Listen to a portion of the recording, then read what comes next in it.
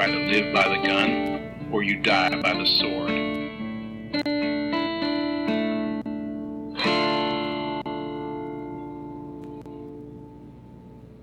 Welcome to The Good, the Bad, and the Weird. I'm Nico. And I'm Chris. And we have returned for the final, second to last, part one of the final Lord of the Rings movies. Yes, finally. The Return of the King. Yes, it has been a long, long time, and it's been good. Yes. It's just... Damn, these movies are long. yeah, they are. So, I mean, everyone knows Return of the King. We've talked about the story up till now. Yeah, Left off with everyone being somewhat optimistic, but still shit could go poorly. Yes. And from these, this is the part where there was a lot of editing back and forth between Two Towers and Return of the King, where they had to have...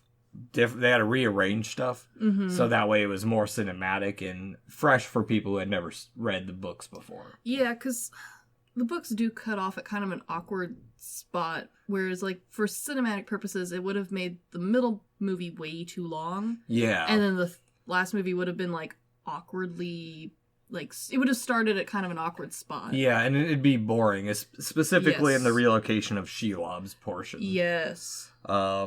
And so, also, before we really start, by the way, I did look it up. Kiwi is generally not an offensive term for most New Zealanders. Well, I'm glad we haven't accidentally insulted most New Zealanders. Yeah, I'm sure if I called them you fucking Kiwis, that's a little bit more offensive. But... Okay, well, if I'm going to insult someone, I want to do it on purpose. Exactly. But, yeah, so... Return of the King, or The Return of the King. The Return of the King. The Lord of the Rings and The Return of the King. Which I feel the is dropped from Return of the King quite a bit. Yes, it is, because there's really only one king any of us care about. Yeah. Don't really care about the rest of them. Yeah, for the most part. Yeah. I mean, I don't know, I'm trying to think of what other kings there are in this world. I know there's others, but I don't think we ever see them in the movies. I mean, there's the King of Rohan, but, I don't care about him. No, not really. I care about his niece daughter much more. And I'm only really there because, strong feminist character. Ain't no man. True. So, Return of the King. We open with the title card of The Lord of the Rings. Yes, which... Jackson lovingly described as a brilliant use of money because it's the same one. They just stuck it on again. Yep. And we actually get two title cards on this one, technically. Yes, we do. And so we open with Smeagol murdering his best friend Deagle for the ring. And especially in the extended edition, which I think you can get away without watching the extended for the first two. I think you don't miss a ton. No, well... There's some nice character building here and there, and there's some nice, rounding out of some plots. Yeah. But I really think you need the extended for the Return of the King to, really get into all of the side characters. Well... And Smeagol's is one of them. Yeah, and I think on my side, I still... There are some parts. I've talked to Sugi about this a little bit. In regards to some parts that were better in the theatrical version. Yeah. But because they were extended, they were more true, I guess, to the book. Yeah, I guess the reason I like them is because I love the quick glimpses that we got of the theatrical version of all of the characters. But I really like the extra couple seconds of, development with everyone. Yeah. And, Smeagol's a great example. Being able to visually see how the ring deteriorated him. Yes. Just really helps solidify how special Frodo is, even if he is a little bitch. Well, there's a little bit more to that, and I'll get to that in just a minute. But in that very opening, I love how unsettling he is on the hook. The hook is too big for that little tiny worm. Well, and it's also kind of poetic because at the same time, if you think of the Ring as the hook, Smeagol's the worm. Yeah, I see what you mean. Yeah, so it's kind of foreshadowing what's going to happen, but... Yeah, and also, like, without them being definitely hobbits, they feel hobbity. I've got some stuff on that in a bit. I did actually go into some research for that. Ooh. So... Also, I felt the water scene was kind of cheesy. It's the movie's... It's very cheesy. Well, and it starts off so fantasy-like. Yeah. Like, because this movie's feels so grounded. It's such a weird moment. I kind of like it, though, because it does bring about this, like, brief concept in you when you're watching it that maybe this isn't an accurate history. Yeah. Like, you don't really know. Like, this, for all we know, is our best guess of Smeagol. Yeah. We know 2 facts. Smeagol found the ring, and Deagle was dead. Yes, and also Smeagol's a bitch. Yeah. Yeah, yeah, he kind of is. But, I mean, it also kind of shows the power of the ring, because this part was to bring us back to the real start of the series and refocus back on the ring. And it was a way to have a prologue without a retelling. Exactly. Because in the last one, we had Gandalf fighting the Balrog. But that also was... It felt like a flashback at the same time. Like, it was a retelling of, like, okay, we knew they fell, but we didn't know anymore. Yeah, exactly. But also, there's a nice little touch in this that... I actually picked up on for once. There's a palette change. There is. I'm glad you saw it. When he turns on Deagle, there is this sudden change from this very bright, vibrant, fantasy-esque woodlands to just kind of this almost boring everyday color palette. Yes. A little bit darker, but I like it because it makes it feel like evil things can happen even on the calmest of days. And also, I like that instead of going from standard color palette to like, wow, now the world is dark and sad and everything's gray. Instead, we really went from the world is freaking amazing, look how absolutely unrealistically green and blue the water is, to arguably everyday colors. Yeah. Like, just a little bit muted, sky's a little cloudy out today, meh. It kind of re-solidifying that, like, the ring is a constant. Yeah. Yeah, and it just brings horror wherever it goes. Yeah. But fun facts about this scene. It was originally shot for the second movie, but they didn't find a way to fit it in, and it was added at the beginning because it worked as the beginning of the conclusion for the ring. Yes. Because a nice little tie-in to this character who is not a very character-y character. Yes. And they also, and speaking of non-character characters, the ring they felt was a little lost in the Two Towers, and so this was to reestablish that, hey, this is what this is about. Yeah, definitely. And they originally wanted the opening of this to be, or of the Return of the King to be the forging of the sword that was broken. Which I could see being cool. I can definitely see that. But for the most part, because we leave the sword out of the story, like, for the most of the Lord of the Rings, like, we see it a little bit, we're like, don't forget, it's there. Yeah. But the weight isn't there in this telling, like it is in the books. So I'm okay with not really, like, just being handed the sword and being like, and here you go, magic sword. Yeah. Well, and I also like this opening, too, because it re-solidifies kind of a warning to what Frodo could become. Yes. And, like, how quickly it's really affected everyone else. Yeah, yeah. And before we get into the cursing of Smeagol and changing into Gollum, because we forgot to talk about this in the intro, what are we drinking today? Non-alcoholic wine today for us. Sparkling white tea with ginger and elderberry. The elderberry sounds delicious. Yeah, because we have had a very heavily drinking week because of work stuff. Yep. Yeah. So, you're welcome, liver. Yeah. Cheers. Cheers. Actually pretty good. I like that. And I also want to say I'm drinking from a Green Dragon beer stein kind of mug that Sugi Logic got me. Which is very nice. Well, Sugi Logic and his community. Thank you guys. Very cool. You are all a bunch of little shits. I said that to them on stream the other day. No, really, thank you guys. Perfectly fitting and in time for the final episode. So. Yeah. But into the cursing of Smeagol. Yes. So you mentioned that it's kind of foreshadowing of what Frodo could become. Yeah. Or like how quickly like it takes over Smeagol. Well, and that's the thing, because everything's so quick, this passage of time is actually 7 years. Smeagol got the ring in 2463 and entered into the Misty Mountains roughly in 2470. Okay, but in 7 years, the man loses all his teeth, the ability to walk upright, most of his hair, and like all his clothes.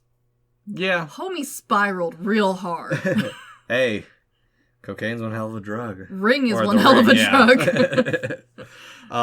But it also shows how Smeagol's people, the Stour Hobbits, were closest to men, but not only in resemblance and attitude.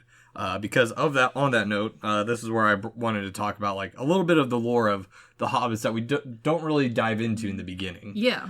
There are 3 types of hobbits. Of course. The Harefoots, who are the most common, the Stours, who we just mentioned, and the Fallowhides, who are the least common, but were the founders of the Shire and the ancestors of the Tooks, the Brandybucks, and the Bolgers, of which Frodo and Bilbo carry their blood. Yes. They're also more of the adventurous of the hobbits, I would say.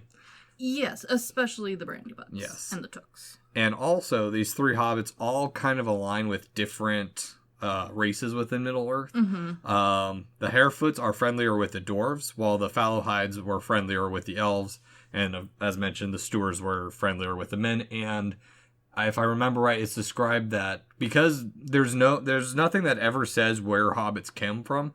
They always say they're man-ish, yes, but they're not men. So they stem off from men at one point or another. Just it was never detailed out. Again, Tolkien's great with description, but he left a lot up to the imagination and thought. But that also shows that the fortitude of the different hobbits, and probably why Frodo is stronger against the ring than Smeagol was, because Smeagol is the closest to men. Yes. And as we've seen, men are easily corrupted and thus ring teeth decay. Exactly. Yeah. So, a little things there. Is it 100% accurate? Or am I making educated guesses? Yes.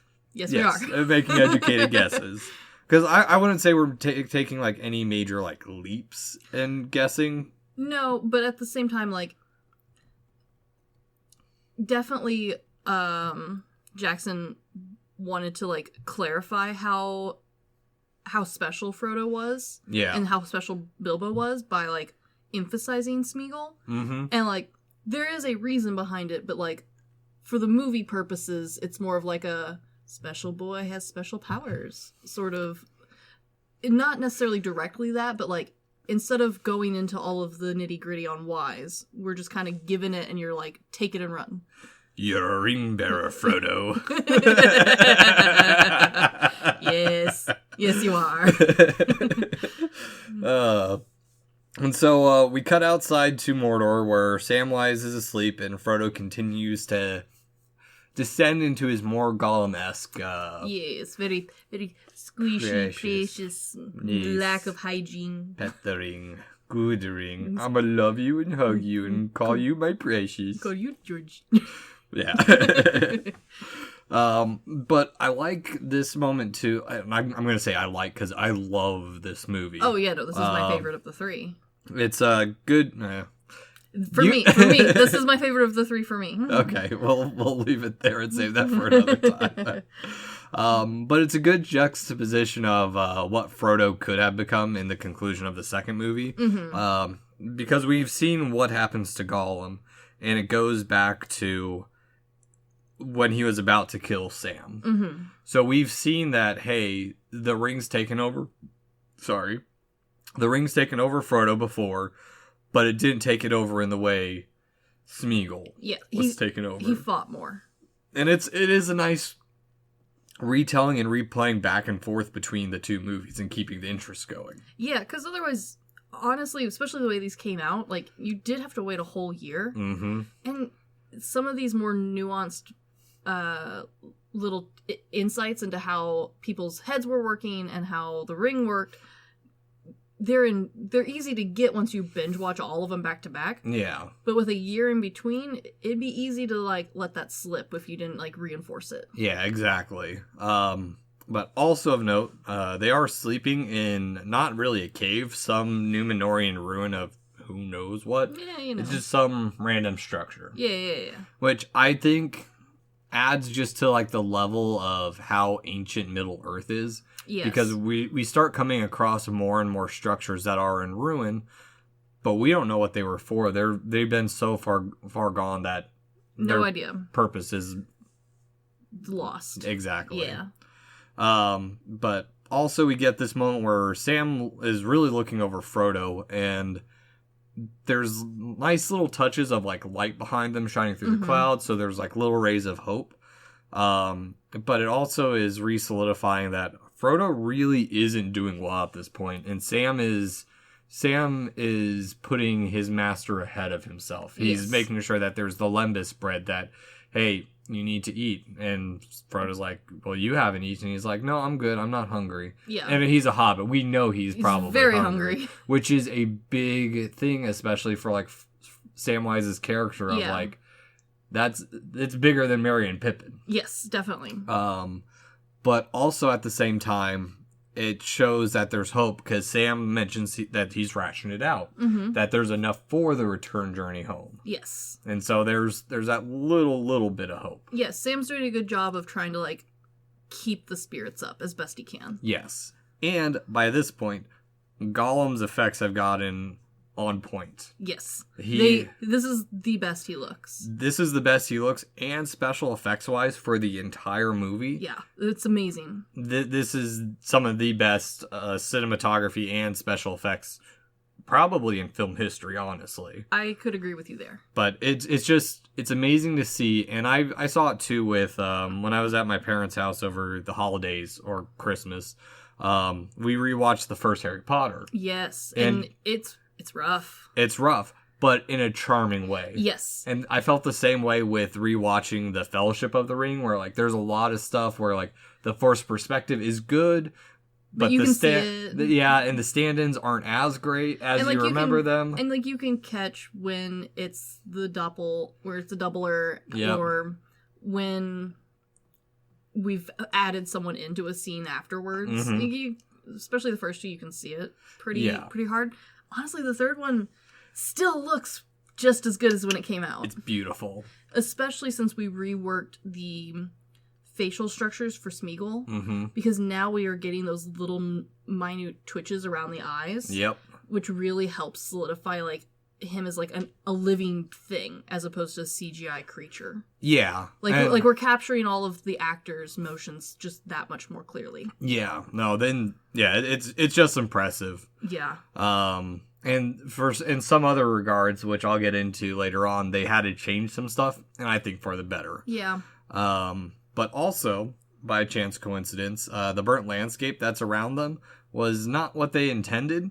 They had stumbled upon an area that had a forest fire. But it looks so good. It's perfect. It's so perfect for like setting up the bleakness of Mordor. Yes, because like truthfully, we spend very little time in Mordor. Yeah. And we've spent a long time building up how terrible it is. We've spent an entire movie of, well, Aragorn, Legolas, and Gimli are doing their thing, fighting their wars. Frodo and Sam are just walking around the wilderness in a bunch of rocks. Yeah, it's arguably boring. Yeah, they're just on a really long delivery package. Yes, they are the worst Amazon deliverymen. It makes me think of Oak's Parcel in Pokemon. Yeah. Where it's a real quick, like, stupid, like, oh, gotta carry it from here to here. Or wait, what was that, Immortal Engines? That one part where, like, there's that big arc that's all about this guy just delivering the weapon to her, and it's like the longest side quest ever. Exactly.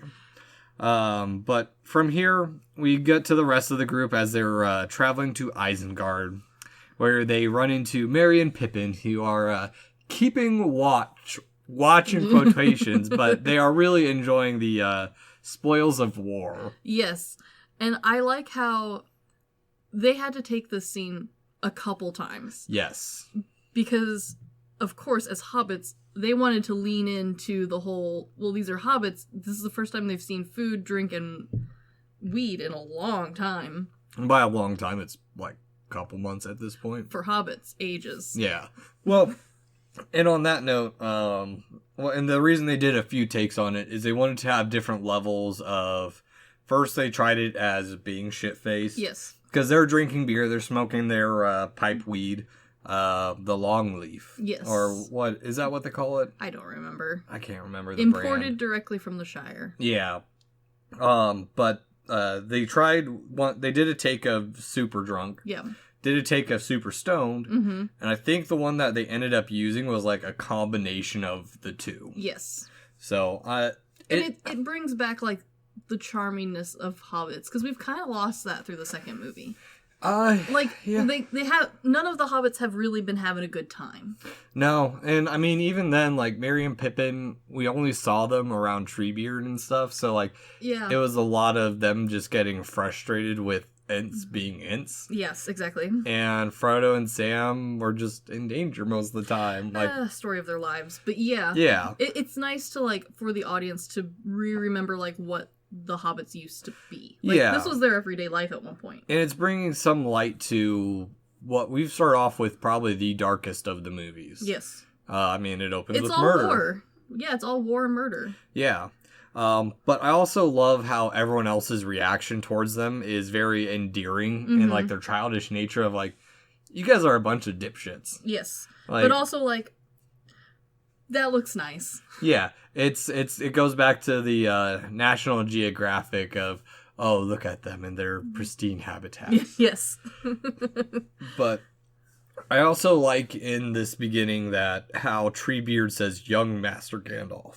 Yes. Which, of note, to give a little backstory again and refresher, Ents awoke at the same age as the elves. Yes. But we're much Old smarter. As shit.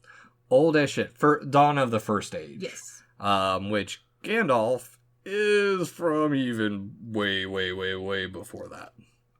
Because, like, and that's the other thing, too, is when we talk about the ages, I can't remember exactly how it's broken down, but these three ages, I think, every year is about 3 years of our time, and then but in the years of the trees and the years of the lights, I think was what it was. In the ages before that, it's like double that time. So like, well, in Treebeard's defense, Gandalf did die and respawn. yes. So like, this is young Gandalf. Yeah, exactly. It's just a nice little nod. But the big issue here is that Saruman is pouting in his tower, being a bit of a sour loser. He is being a sore loser. Get down here and face your death like a man. Or like a wizard. And there's a lot of lore references that he shouts in the crowns of the 7 kings and the rods of the 5 wizards, which Yeah. this is the only nod we actually have to Radagast. Well, actually, the moth is a nod to Radagast, but also the blue wizards that were lost in the east. Yes. Which on extended holiday. Yeah, they really don't explain. It never does, but like that's kind of the fun of it, is like just the idea that there's 2 others just somewhere. Yeah, doing their own bullshit somewhere in the east. And also, I mean, this whole scene is really just a yelling match. It is just a yelling match, which ends in one of the best deaths in all 3 movies. Couple notes. I love the shots, the dynamic shots through this entire scene of like going up the tower, down the tower, just kind of around. like the flying. Yeah. Again, we have no clue how we got up there, but doesn't matter. Magic. I'm gonna say there's a trapdoor somewhere, kind of like in Brave when they all get trapped at the top of the tower. Oh yeah. Probably something like that. Maybe, but I also like to think that, you know, Gandalf is a flashlight, and maybe this one is a trapdoor maker. He's an elevator. That's his one wizarding power. He can just randomly make trapdoors. Yeah. And specific locations. But also, Saruman has lost his glow, and he is more gray than he was. Yes, he is not as cool. Yeah. And also, we get the only real use of physical magic, and while Jackson mentions that he hates this kind of thing. Sure does do it a lot, doesn't he, though? Not really, because it's not throwing lightning bolts out of their fingers. It's used at specific times. But for me, the reason why knowing Jackson doesn't like that, it feels fitting because it's not an on-par fight like we saw in the first movie. Yes. It's Sauron acting out of desperation. Yes. And that's what he's resorted to, is like, I'm going to intimidate you with fire. Yes. Which does nothing to Gandalf. Of course it doesn't, because Gandalf is super OP at this point. Yeah. And I also appreciate that Theoden is still trying to save Wormtongue. Yeah, I mean, there was at some point a glimmer of a good guy in there. Yeah. And now he is garbage. Total garbage. He is a slime lord. He is a slime lord.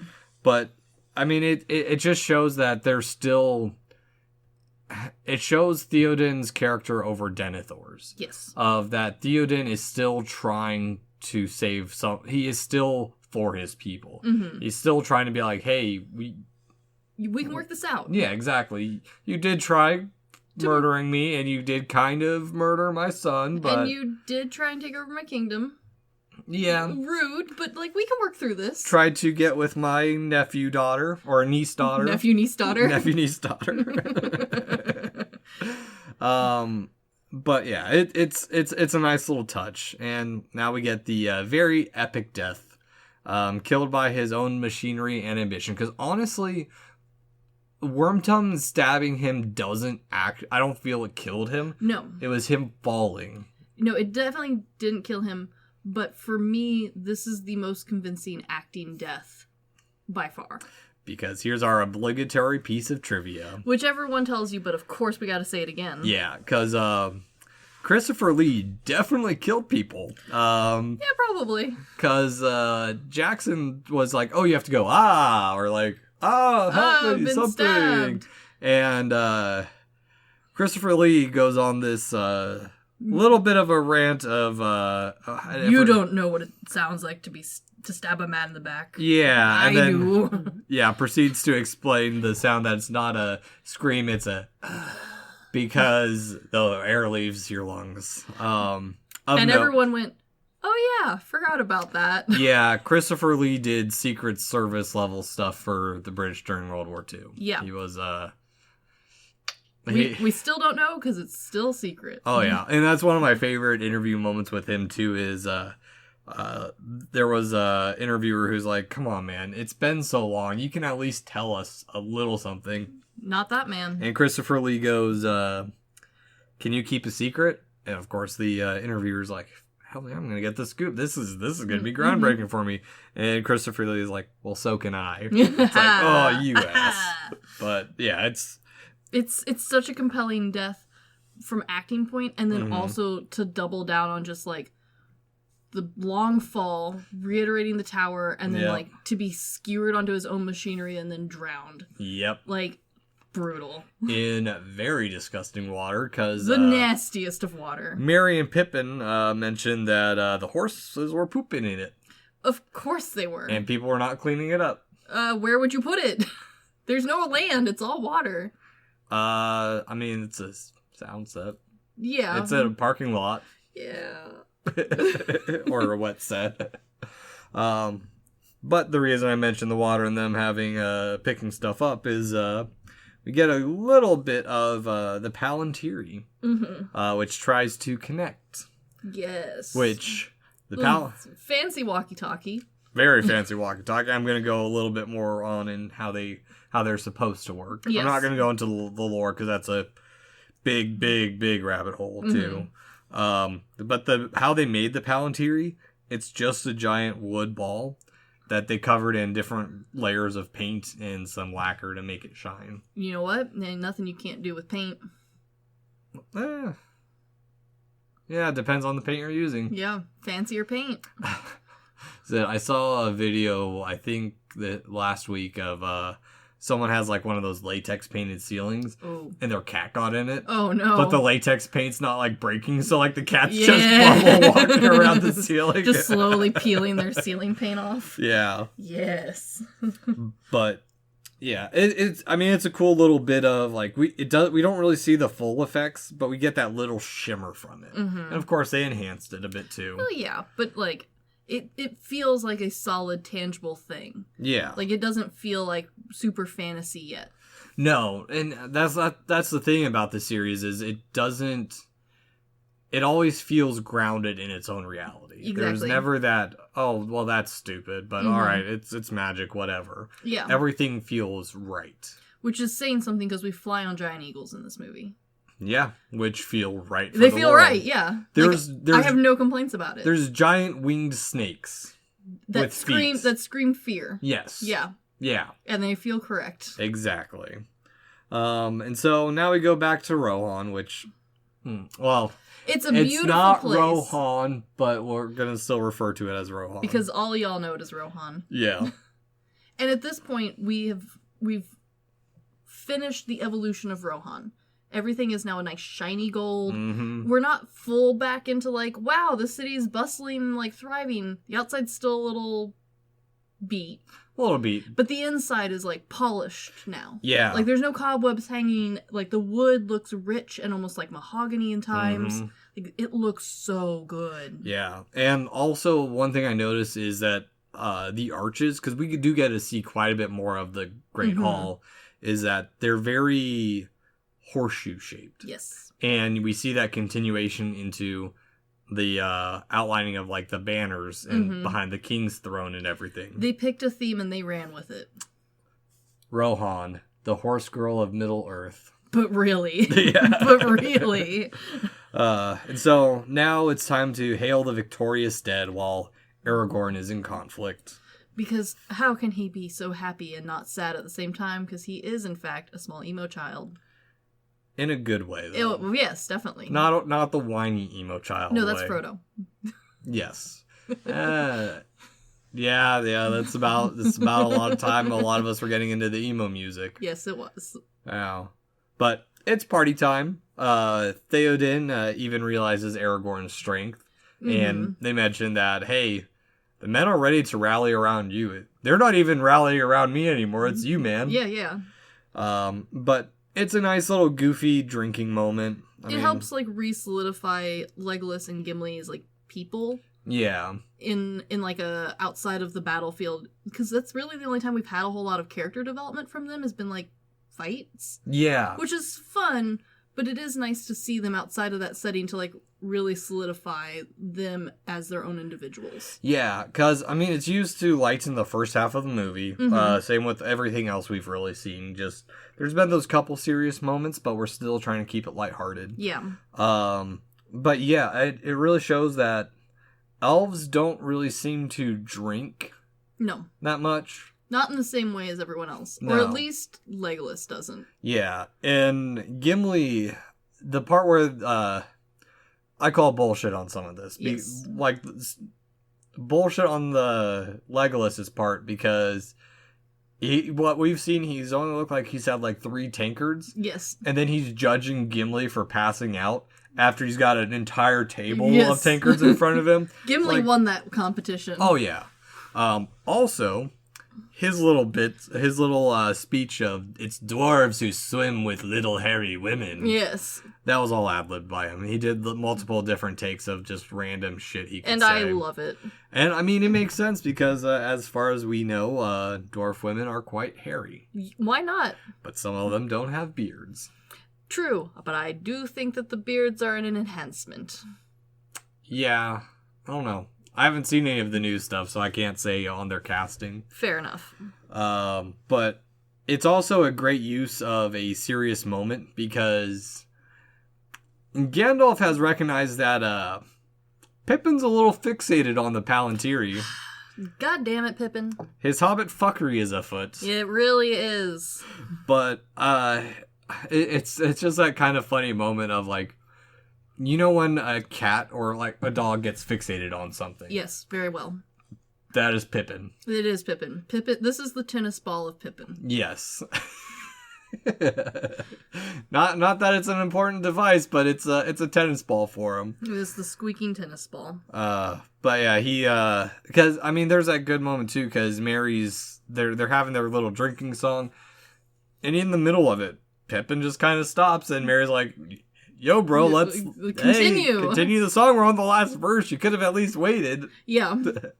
But I also like this because Gandalf is definitely worried. Yes. He still knows that there's much ahead while everyone's celebrating.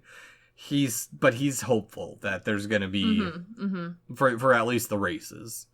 And yeah, it's honestly, this really is our last happy moment till the end. Yeah, it really is. I mean, we get a couple of like quick like, oh, we're almost there, Mr. Frodo, but like those aren't really happy so much as just like a breath. Yeah, it's a quick break, and even then it's not happy. Yeah. We now cut to Smeagol and Gollum's treachery and the reframing of the danger on all sides of Frodo and Samwise. Yes. I do like this part because it does continue to add a little bit of rift between Gollum and Sam.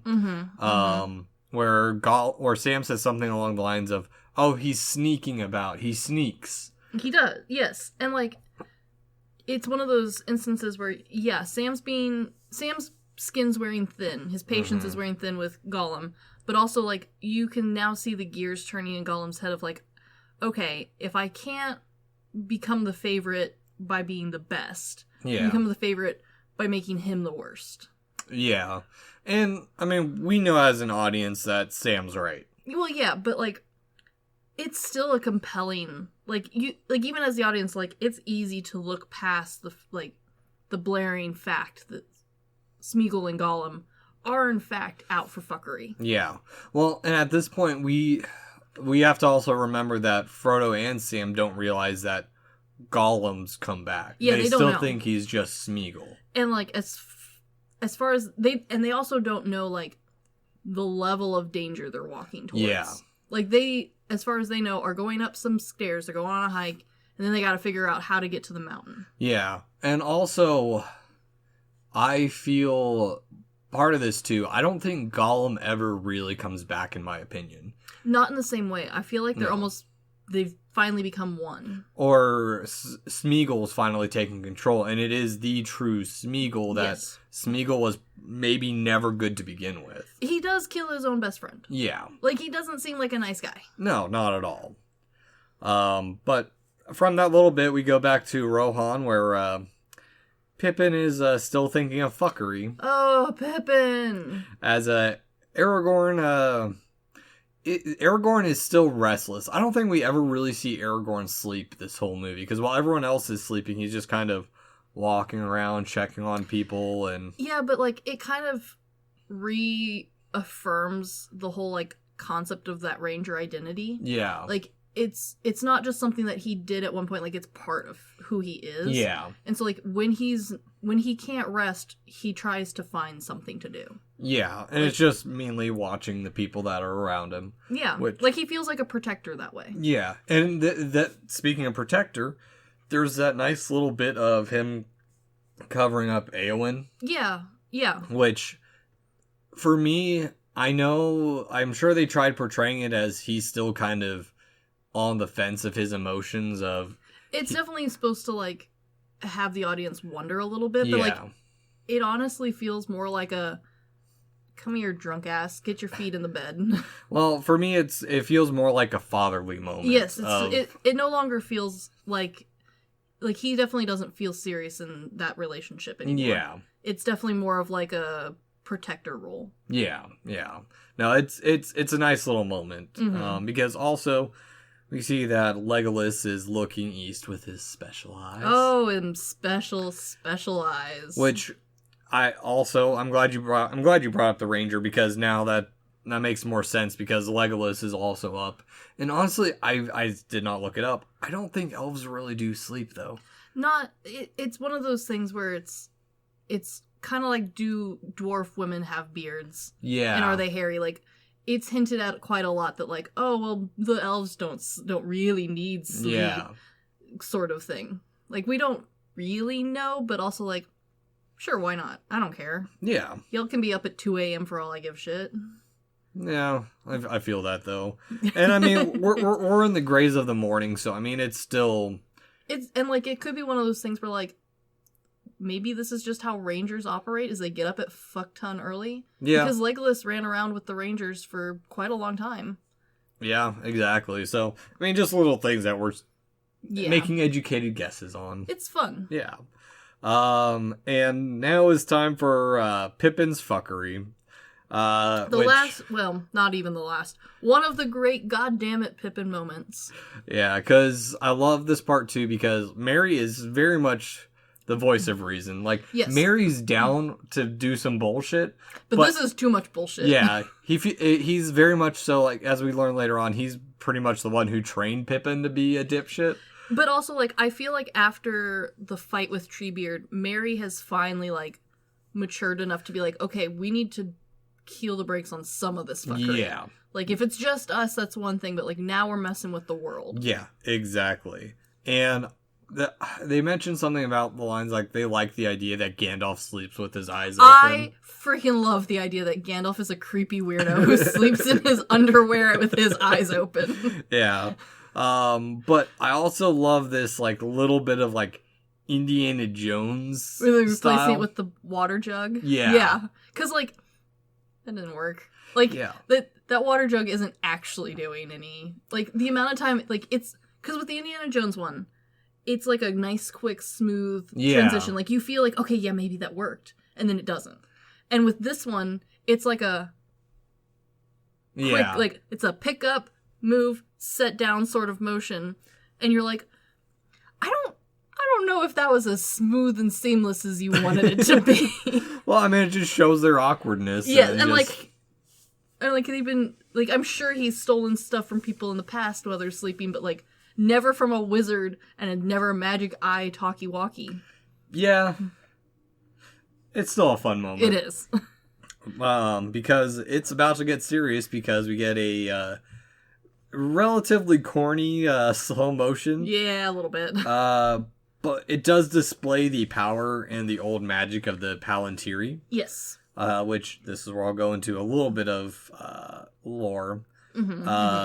It's important to note that Palantine don't show the full truth. They only show snippets of information, and it's up to people to interpret. Yes. And which, I mean, kind of fits a lot of our news sources today, too. Yeah.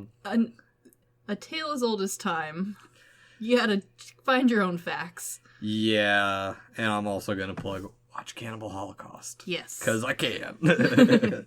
But long story short, what the Palantine are is they're kind of like satellite internet. They have to be aligned to even communicate. And that's why they were placed in specific locations, so that way you could turn to whichever one you needed to be. Yes. Weathertop was one of the houses of the Palantine. I think there was like there's I don't remember the numbers. I don't want to quote it and piss off some Lord of the Rings nerd. But it's also why when you put a blanket over the top of it, it loses signal. Yeah, exactly. And so there used to be a lot more, and now, as far as we know, there's only 3 left. Yes. Which we'll find the third one later on. But as far as we know now, there's only this one and the one that connects to Mordor, which is fascinating how they're able to actually... Pippin's able to, like, just hold it just right for it to connect to Mordor. Pippin is not only a dumb fucker, but also a lucky dumb fucker. Yeah. Well, and that's the thing, too, that Gandalf says. He's like, oh, yeah, you're lucky that you didn't tell. But it also shows the fortitude of... And we've talked about how much Merry and Pippin are dipshits and how Sam is the Labrador. Yes. But this part also... Despite Merry's dipshittery, he is very loyal. Where he wouldn't say his name. Yeah, he tried his best despite fucking up. Exactly, and it also establishes how little Sauron's forces actually know about anything, because as far as he knows, because word spread and because no one can keep a secret. A halfling has the ring. But they don't know which one. Exactly. And by pure dumb luck, they have 4 on their team. There's gotta be one of those fuckers. Well, at least one of them. But, and that's the great thing, too, is that he knows roughly where they're at because of Isengard and Rohan. But it also, he doesn't like he doesn't know because Sauron's also making the assumption because he's there and Gandalf's there that this one must have the ring. Yeah, because no one's dumb enough to let a random halfling wander around the wilderness by himself. I mean, on paper, it sounds like a really bad plan. It does. It still sounds like a bad plan and is arguably the most correct. Yeah. They'll never see it coming. Yeah. And this moment's good, too, because we're, roughly 30, 40 minutes into the movie? Yeah. But it's used as a way to reestablish Sauron as the villain of the saga and also, for this movie. Give him an arm's reach. Yeah. Because up until now, the only time he was really threatening was if Frodo put the ring on. And that was few and far between. And then on top of that, Frodo's no longer with the immediate group. So, yeah, it's still threatening, but it's not really threatening to the entirety of the party. Yeah. And so now it's he could come after any of them. Yeah, we've been more concerned with Sauron's Uruk-hai than anything. And the random orc encounters and other stuff. Yeah, Yeah. But now we cut to the group deciding what to do. Pippin still loyal as ever. Oh, sweet dumb Pippin. But it's also builds up the final battle tension between the kingdoms of men. Because they're like, well, we have to go to Minas Tirith. Yeah. And, well, we can ask for help while we're there. But Theoden's very much on the lines of what did Rohan do for us when the Westfold fell? Yeah. They're not really... They haven't united yet. No, not at all. And it's a very weird... not weird. It's a holding of grudges. Yeah, and it's just showing that the world of men is not in a good state. No, and also that, the elves hold long memories, the dwarves hold long grudges, but so do the men. Yeah. And, maybe it's not as long as those other two, but, boy, we have a hard time forgiving and forgetting and going to help others. Yeah, exactly. And so Gandalf and Pippin are off to Minas Tirith. I love this moment because... I'm going to say that a lot. I apologize. I know it sounds annoying. But it's a great moment for grounding Pippin. Yes, we finally get Pippin's growth. Because Merry has to explain to him that, hey, I might not see you again. Yeah, this might be it, dude. Are you sure? Yeah. And he's like, I fucked up. I need to fix this. Yeah, well, and Pippin's like, aren't you coming? And he's like, no, I can't. No, this isn't me. Well, it's not even that this isn't me. It's Merry would go if he could. Yeah. But he can't. There's no one else who can go because, as Gandalf says when he's mounting Shadowfax, show me the meaning of haste. Yes. But I mean, it is a really building moment because we see Merry really. They leave on bad terms. Yeah. It's to build the drama, but we see that Merry is very caring still. Yeah. Because he basically runs to see them off from the watchtower, explaining that hey, he's still looking out, and he's become more of a, not even more. He's always been kind of that parent for Merry. Yeah. Even though he is the origin of the fuckery. He's finally realized his role as the older brother or the older sibling in a way where it's okay, we were at one point just messing around and now I realize that I can't protect you anymore. Yeah. You're off doing your own fuckery. Good luck. Well, not even that. He's you got to answer for what you got to you got to pay the piper. That's the right phrase. Yeah. So, and from here we cut to Arwen on the way to the Grey Havens, but we see what I thought was a very well edited premonition, goes between the columns and the trees. Very nice editing. And she got a premonition of Aragorn playing with a child, and she returns to Rivendell to tell her father off. And she's like, "You bitch, you knew this." Yeah, it's you had premonition. You saw that he's like, "Yes, I saw death, but you also saw life." You told me. You bastard. You told me a half-truth. But, I mean, I get his point. Sure. Again, back to the fact that his brother basically did what Arwen's going to do. But it gives her a reason to stay. Yep. And also, I like her outfit because it's very much blues and whites of the dying of the elves, or like the passing on. Yeah. But I mean, it's that line is still one of the best. I looked into your future and I saw death. Yeah, it's very good. Yeah. Also, in the set design of this part, one, again, I love the Celtic and minimal refined. They did a good job of reestablishing all that. And there's some great dialogue. But what the hell is that? There's like this weird sculpture that's on the table. It's just like, it feels so out of place and random. Like, yes, it does. It's the most distracting thing in the entire movie of like, you guys did such a great job with all the other sets and stuff. What the hell is that? I like to think that Elrond is an art collector, but he has weird taste, and now that everyone's left, he can get his weird art out. He feels like that anime, in that regard, he feels like that anime character that's like, oh, it's so cute, but it's an ugly little plushie kind of thing. That is him. Okay. That's what I like to think, because like, this man definitely has to have acquired some weird tastes. He's been around forever, right? Yeah. He has friends of all races, and he prides himself on being a cultural icon. Rivendell's whole stick is like, oh, well, yeah, all of the other elves are not, like, they're not going to let you in, but I'm your friend. Welcome to my culture center. Yeah, I mean, he is the one when the North fell, he let them take refuge and saved Aragorn. And on top of that, just looking at him, look at that man and tell me he doesn't appreciate modern art. He ties his hair into weird knots. You tie your hair into knots. And I like modern art. I don't know. Yeah, I guess. He's the hipster. Oh, I'm trying to think of the right terms. I don't think it's not the same as Samwise's weebish nature towards elves.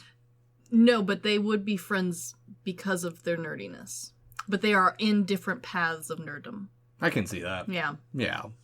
But from here we get the Arwen's shedding of her light and her gift. Sadness, she is dying. Well, it's also, it's not 100% dying, but her fate is now tied to the ring. Yes. So she's also giving her own last little hope towards everything, that things are going to work out. But this is where I think this is what pushes Elrond to reforging the sword, because I think he's always hoped the best for men, but he's just kind of been there in case they need him. Yes, and like never wanting to admit that they need him. Yeah, and at this point, the reforging of the sword is, now he has a vested interest in this, that his daughter is going to die if he doesn't try in one way or another. Yeah, it's like the final push. Yeah. To get him to act. Yeah, which is kind of interesting because it's something he's been trying to avoid the whole time. But at the same time, like, he's been holding on to it. The man made a little, like, statue shrine to hold the sword. Yeah. So, like, he's always known that, like, this is probably going to happen. But he's, like, tried to put it off as long as possible. Which is... It's weird, but it's also... I feel he's been waiting for Aragorn to step up. Yeah, it definitely feels like he's been waiting for Aragorn to ask him to do it. Yeah. As opposed to, like, having to come up and be like, look, here, take it, go, god damn it. Fulfill your destiny kind of thing. Exactly. Yeah. And so, now we cut back to Gandalf and Pippin, who have arrived at the White City of Minas Tirith. A beautiful city. Oh, yeah. Beautiful sets. Minas Tirith, we already had it defined in the first movie, but it needed to be redetailed even further to actually see more of it. And we get to see a lot of it. Yes, it was the most extensive set that they built, and it was built on the bones of Helm's Deep, of which the second portion of Helm's Deep is actually Minas Tirith. Yes. But they put so much detail that they even made, like, signs for, like, what the different guilds would have been in that city. And it was also designed to feel labyrinthian. Yes. That you didn't know exactly where you were at within the city. It feels very old old world city-esque, where like none of the streets are straight, everything's winding, like there's stuff behind every corner. It just builds on itself endlessly. Well, for me, it feels very Italian. I was about to say the same thing. Just a very, very old Italian, and I'm thinking more so like Venice or Florence. Yeah. The old world Italy. Yeah, where it's all crammed together and like there's so much old that like people are like, yeah, that building's been there for, I don't know, a billion years. Yes, because on the top we have the main citadel, which feels very church-like in its setting. Very cathedral. And in its form as well, it feels very Italian Gothic. Yes. And they did mention that they had pulled from Italy and Middle Europe. Yes, and like not just in like the shape of it, but the coloring, the banding choices feels very like almost like the Duomo in Florence, where it's got like the bold color, and like the color isn't necessarily like a paint, it's more like a change in marble. Well, I've got exactly where they pulled that from. Oh, yes. Yeah, I mean... So, for starters, the entire city of Minas Tirith was pulled from a couple sources. It was pulled from Mont Saint-Michel in Normandy, which I know I butchered. But most people will be familiar with the island, as it's the title commune that we see in a lot of pictures of like this one little road leading out to this city on an island. Yes. As well, they also similarly pulled from St. Michael's Mount in Cornwall, as well as Byzantium and Constantinople. Yes. And that's where the alternating banding of the black and white is. Yes. Very cathedral. Is kind of interesting, too, because how everything plays out is that Minas Tirith itself is so stark white compared to Mordor, but when we get into the cathedral, it's the mixture of, or in the throne room, it's the mixture of the black and white, kind of like there's like evil within working with it. And I know that's probably not intentional, me reading into it a little bit too much, but it works. It does. As well, we get a little bit of the White Tree of Gondor, which was pulled from the olive trees of the Middle East, and it's supposed to feel very ancient, which some tree lore, because why not? Of course there's tree lore. Long story short, this tree is one of the descendants of Telperion, or the Silver Tree, which was depicted on that one tapestry in the two towers. The one that you saw briefly. Briefly, and was the eldest of the two trees, of which the stars of Varda was made, and from its dews, and the moon was made from its last flower. Adorable. That's a brief story. There was so much tree lore. Of course there's tree lore. It's Tolkien. Man loved trees. But as for real life olives, I learned that they've been around for about 20 to 40 million years. People like olives. And we've known humans have used them in Africa from about 100,000 years ago for fuel and maybe consumption. But edible olives have been used for the most part for about 5,000 to 6,000 years. Olives are old as shit. Yes, they are. I forget that. They are special. Yes, same with avocados. Yep. The history of plants is fascinating. It is. But yeah. Back to Lord of the Rings stuff that's actually in the movie. Where there are no olives. The Gondorian cultural iconographies, their goal was to make Gondor feel more ceremonial and romanticized.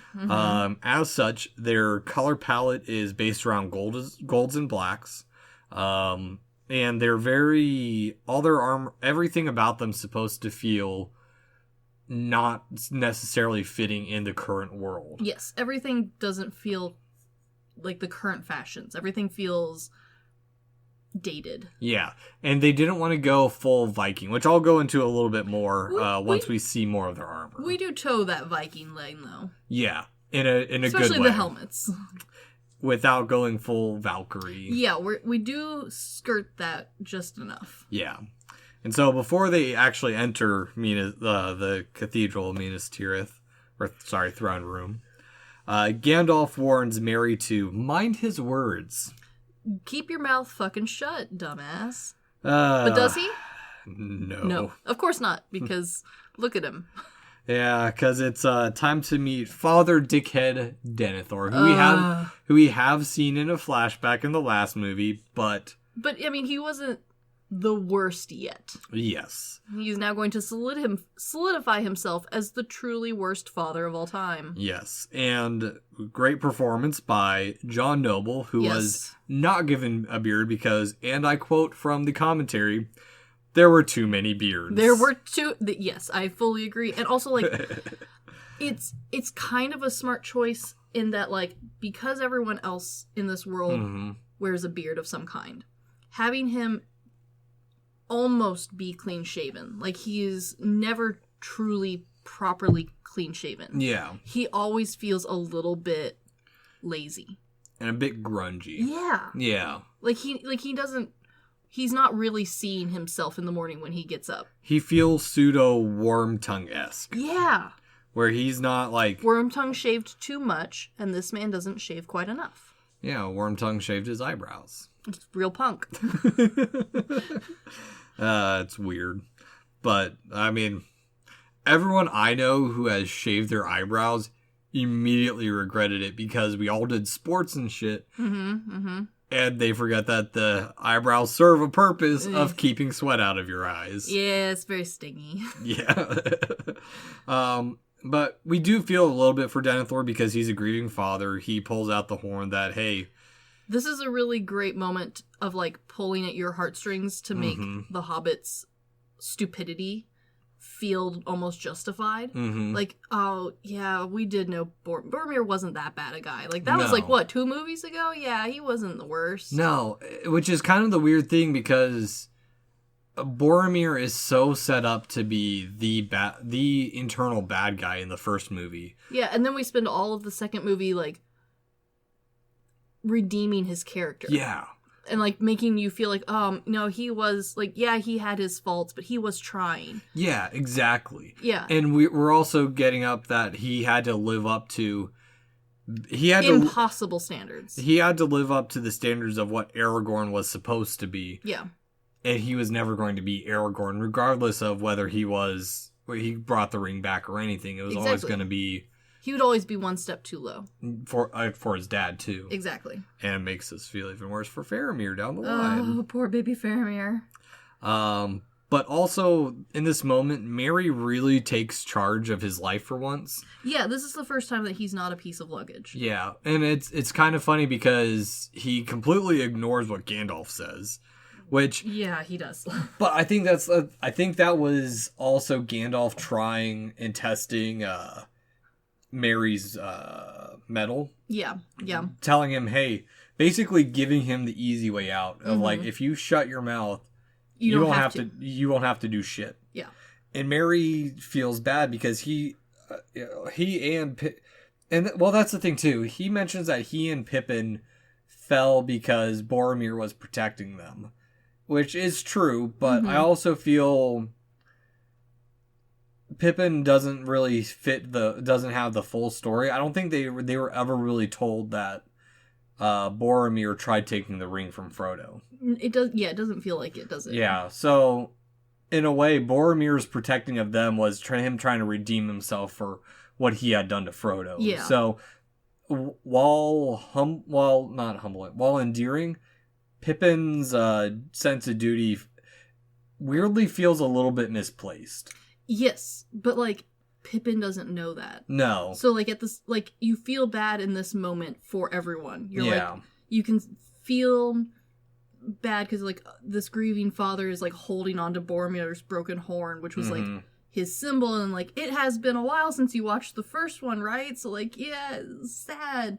And then you're like, oh, this is him trying to step up and take charge. Yeah. And then you just see Gandalf being like, oh, God damn it, I'm surrounded by idiots. Well, yeah. I mean, to be fair, we've spent this whole series talking about Pippin being a dipshit. Yeah, he truly is the greatest dipshit. Yeah, which, I mean, the other thing, too, is everyone's talking about Gandalf's treachery. Like, even when we're in Rohan. Oh, yeah. They're saying, oh, you're also spreading lies. You'll just replace me and you'll whisper in his ear, too. Yeah. it's kind of the same way of like no one. Well, there's always an agenda. Yeah, and I also just think because of how mysterious wizards are in the series, is why no one trusts them. Yeah, I mean, that makes sense. Because they do hide their powers. I mean, we don't ever really see them exert probably what their full might is. True. But I do also love that Gandalf puts Denethor in his place. He's like, you are the steward. Get off your high horse. Yeah, because Denethor knows that Aragorn is supposed to be king, and he's like, I don't believe it. And that's the thing, is no one really believes that Aragorn is who he says he is. True. Which, to be fair, his kingdom's fallen. The line's supposed to be broken. And also, like, everyone who was supposed to vouch for him, he has actively been telling them, I don't want it. Yeah, or aren't alive anymore, because remember, the man is 87, and his only claim to, currently, his only claim to the throne is a ring. Yes. And also, like, if he needed to pull strings, like, he could, but they wouldn't be strings from the world of men. They'd be elvish strings. Yeah, exactly. And which would turn weirdly political, wouldn't it? Well, and that's the thing, is men don't really trust elves for the most part either. We kind of forget that because they bitched about how they didn't come to their aid. Well, and and also, like, they're actively looking at the volcano all the time. Yeah, and I mean, the only positive elf we've seen is Elrond. Who is still a little fucker. Yeah, which everyone refers to Galadriel as the Witch of the Woods. Yeah, like, she hasn't left her woods in a long-ass time. Yeah. She speaks with minds and wants to be as powerful as the sun. Like, girl, calm down. Yeah, I completely understand why men don't trust elves. Yeah, I can see it. With all their showing off and shield surfing, which we did forget to bring up. It is a fantastic part. Yes. But now we actually get to see more of the armor and everything of Minas Tirith. Like we mentioned, it's very Viking-esque. A lot of wings, a lot of pointy things. But they try to avoid full Viking motifs and try to be more based around the sea and, like, seagull-like, as they said. Sure. I can see from the white wings, it's not... Yes. It doesn't feel like a pigeon or some shit. Yeah. Or a hawk. Yeah, it's almost like mystery bird. Yeah, they do a good job, especially with this group, of blending the various designs. Because in contrast to, like I mentioned, Minas Tirith is black and white. Yes, very. And now, back to the inside a little bit. They straight up pulled from the Palantine Chapel in Aachen, which is a major landmark of the Carolinian Resistance, or, sorry, not Resistance, Renaissance. There we go. The opposite of Resistance. Renaissance. And that chapel is important because it's supposed to hold the remains of Charlemagne. Yes. Also known as Charlemagne's Church. Yes, which I lived like an hour away from and we didn't know. Yeah, that sounds about right. Yeah. I mean, we're talking early 2000s with like very limited internet access. Exactly. But yeah, I mean, we'll get a little bit more into Minas Tirith and their iconography because we do see even more so just a little bit down the line. Yes, we do. Because we return back to Frodo and his trio. Stomping around.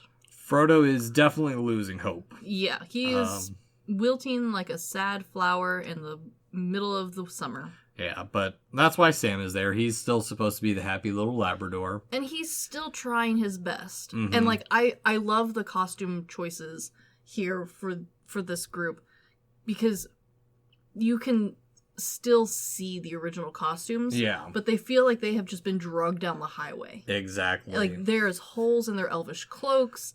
Every inch of them is dirty. Yeah.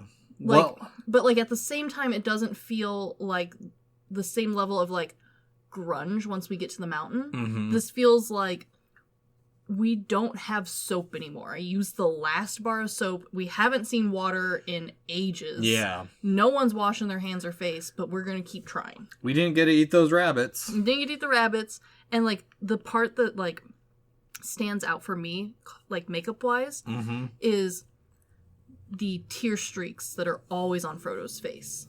I didn't catch that. His whole face is dirty, and there's always, like, you can always see, like, 1 or 2 tear streaks. Huh. So it's like, but he's never, like, actively crying. It's like he's secretly crying. Okay. Somewhere. In the middle of the night. I don't know. Well, Sam's actually asleep. Yes. Yeah.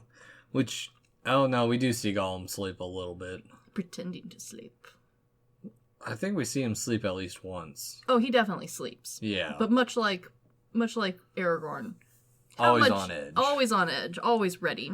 Yeah. But also in this part, I do like the good use of desecration of like the lands and the iconographies, because the old statue's head has been replaced with, or whatever the king, because they mentioned that it looks like it used to be grand.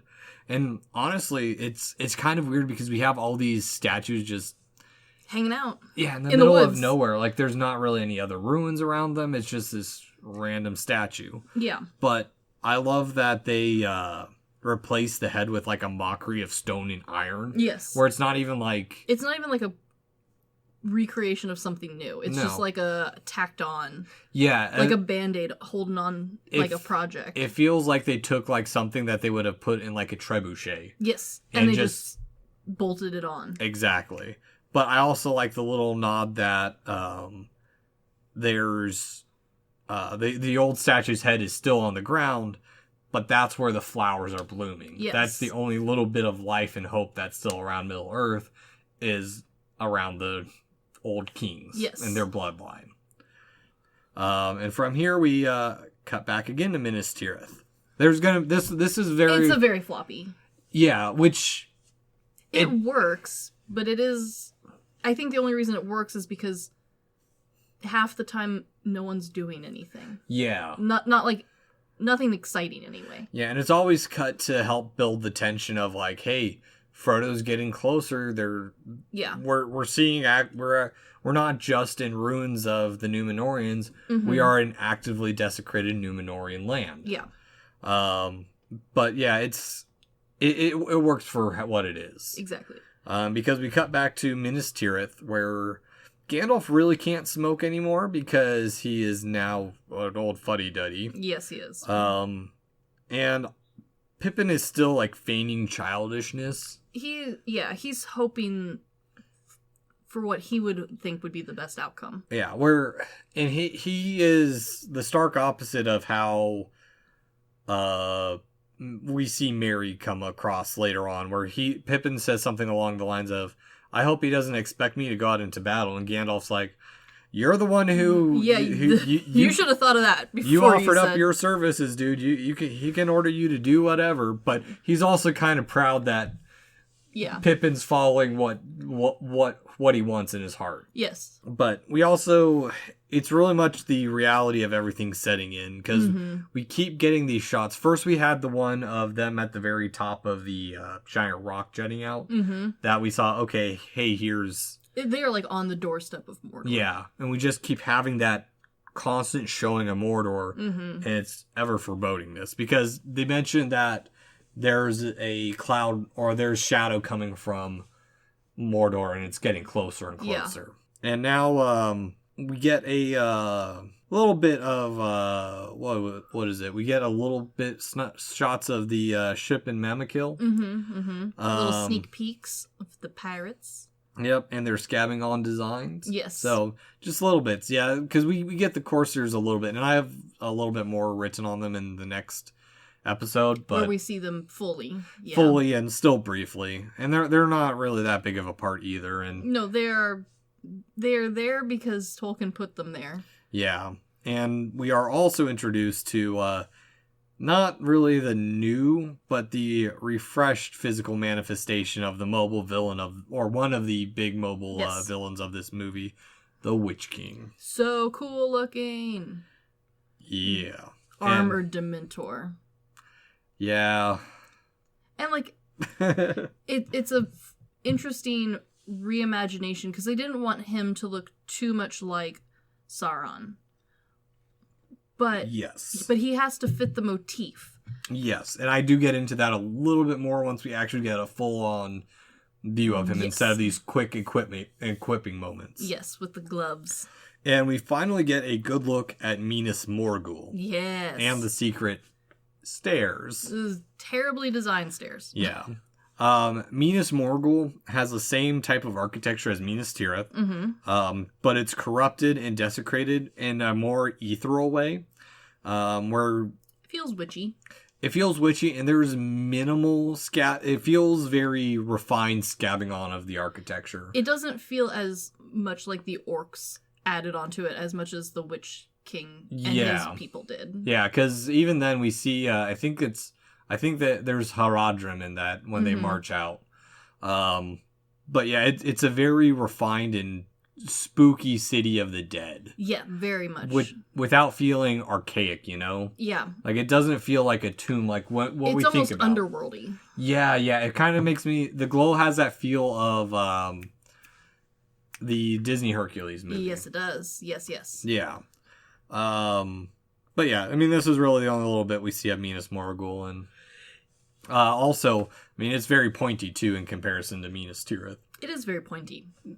Which, contrasting-wise, Minas Tirith, also that jutting of the stone, is such a stark contrast to everything else around them. Yes. It also just feels kind of ominous and threatening towards Mordor as well. Like, it feels almost Blade-like. Yeah, it does. And like it's like sharp. Yeah, it's almost like, hey, you guys can come at us, but hey, we're gonna fight you back. Yes. Like, yeah, don't take us lightly. We're not just an armored or a walled city, kind of thing. But also a little bit of history. Minas Ithil was the original name of Minas Morgul and was the city sister of Minas Tirith. That's why they're super similar in looking, because they are Númenorian architecture, which it seems that they really liked rings. Yeah, I mean, sure. Yeah, but it was named Minas Ithil until the Nazgul captured it in the Third Age, or 2002. Yeah. Which, all that just sounds so weird saying dates that are like relatively close to our About own the same time that frame. Britney Spears was having her meltdown, they were capturing that city. About the same time I watched the landmark movie for me, Alien. Yes, very good. And my mom's lapse of parenting.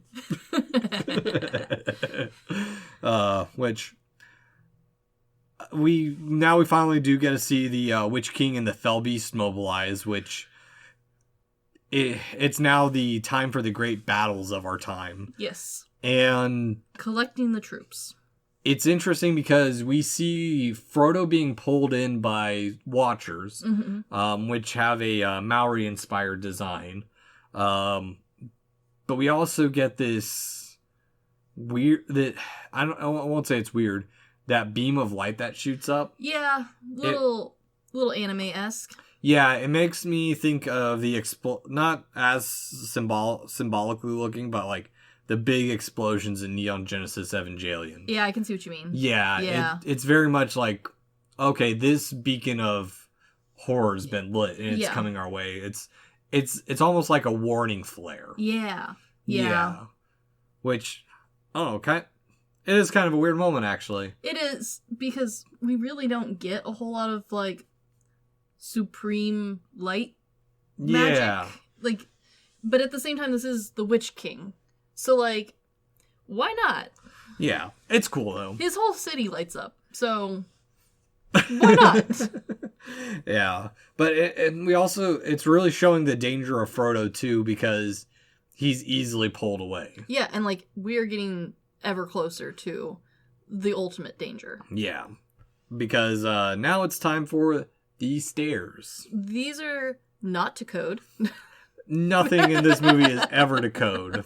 This is especially rough. These look like I have seen better stairs in the middle of state parks that haven't been touched in decades. These are garbage stairs. These are like so treacherous. They're slippery. They're too small. They're too steep. it's hard to even tell where the stair is sometimes. Like, I love it. It's such a good, like, secret route. Because, like, when people say, like, oh, we found a secret staircase, stairs are such a man-made structure that they are really hard to, like, hide in nature, especially right next to the bad guy's city. Yeah. So, like, the way they design these, where, like, especially the first, like, portion, you're like, is that a stair? Okay, that one is, but then you lose the path for a little ways, and, like, without Smeagol, it would be really hard to find the, like, true starting point of these. Well, and I forget why the stairs are there. I think it was a way in and out of Mordor. Like, it is a secret path in and out of Mordor, but I forget who actually made them. It wasn't the spider? No. I'll talk about spider architecture in a bit. Yes. That whole early architecture school is animal architecture. Yeah, freshman year. It's still a good debate. It is. I mean, technically our architecture is animal architecture. You're just fancy. Yes, and complicated. But so can animal architecture. Yes. But, yeah, I don't know. I can't remember why those stairs are there. They just are. Yes. But also this moment really sets up not just the danger of Frodo being right there, but also everything is coming down, not just on men, but the hobbits as well. Because now Merry is sent to go light the beacon. Yes, a sneak mission. Yes. Where he almost catches himself on fire. Because he's a dipshit. Yes. But it's also using the hobbits' nature of, like, not being seen if they want to be seen. Yeah, it, like, reinforces what we later learn with the Hobbit of, like, if you're not looking for something, it's easy to overlook it. Yes. Yeah. And if you're not looking for a child-sized man climbing a tower, sneakily, you don't see him. Yep. And from here we get we cut to Orthanc, which we kind of forgot about. Yes, we did. And the orcs are trying to do like a stealth crossing, but the humans are onto them and are doing the exact same. Yes. Which the war-scarred stones of Orthanc are still amazing. And yes, it looks so good. This is the first action we've seen in the movie, and we're about an hour into it. Yeah, it's kind of crazy since this is like the pinnacle of the fighting. Yeah, and they describe this, they wanted it to feel very back to World War II. Yeah. Like a, kind of like a stealthy D-Day. Kind of. Yeah, and it does. And it's also one of those things where neither side feels like they executed this perfectly. No, not at all. And I also just think it shows that as prepared as they are, because they've taken Orthanc back for a little bit. Yes. Because the last time we saw, Orthanc was in the middle of being barraged. We saw towers fall and there was absolute chaos. It was, yeah. Which is kind of weird too, because we see one of the Nazgul there. So I don't know if they were just, it was one of the onslaughts, or it kind of makes me think of like trench warfare, where one side will advance, then the other side will advance, and back and forth. No one really ever makes any progress. Yeah. And this is the start of one side actually making that progress. Yeah. But now the beacons of Gondor are lit. Yes. Because Merry does his job.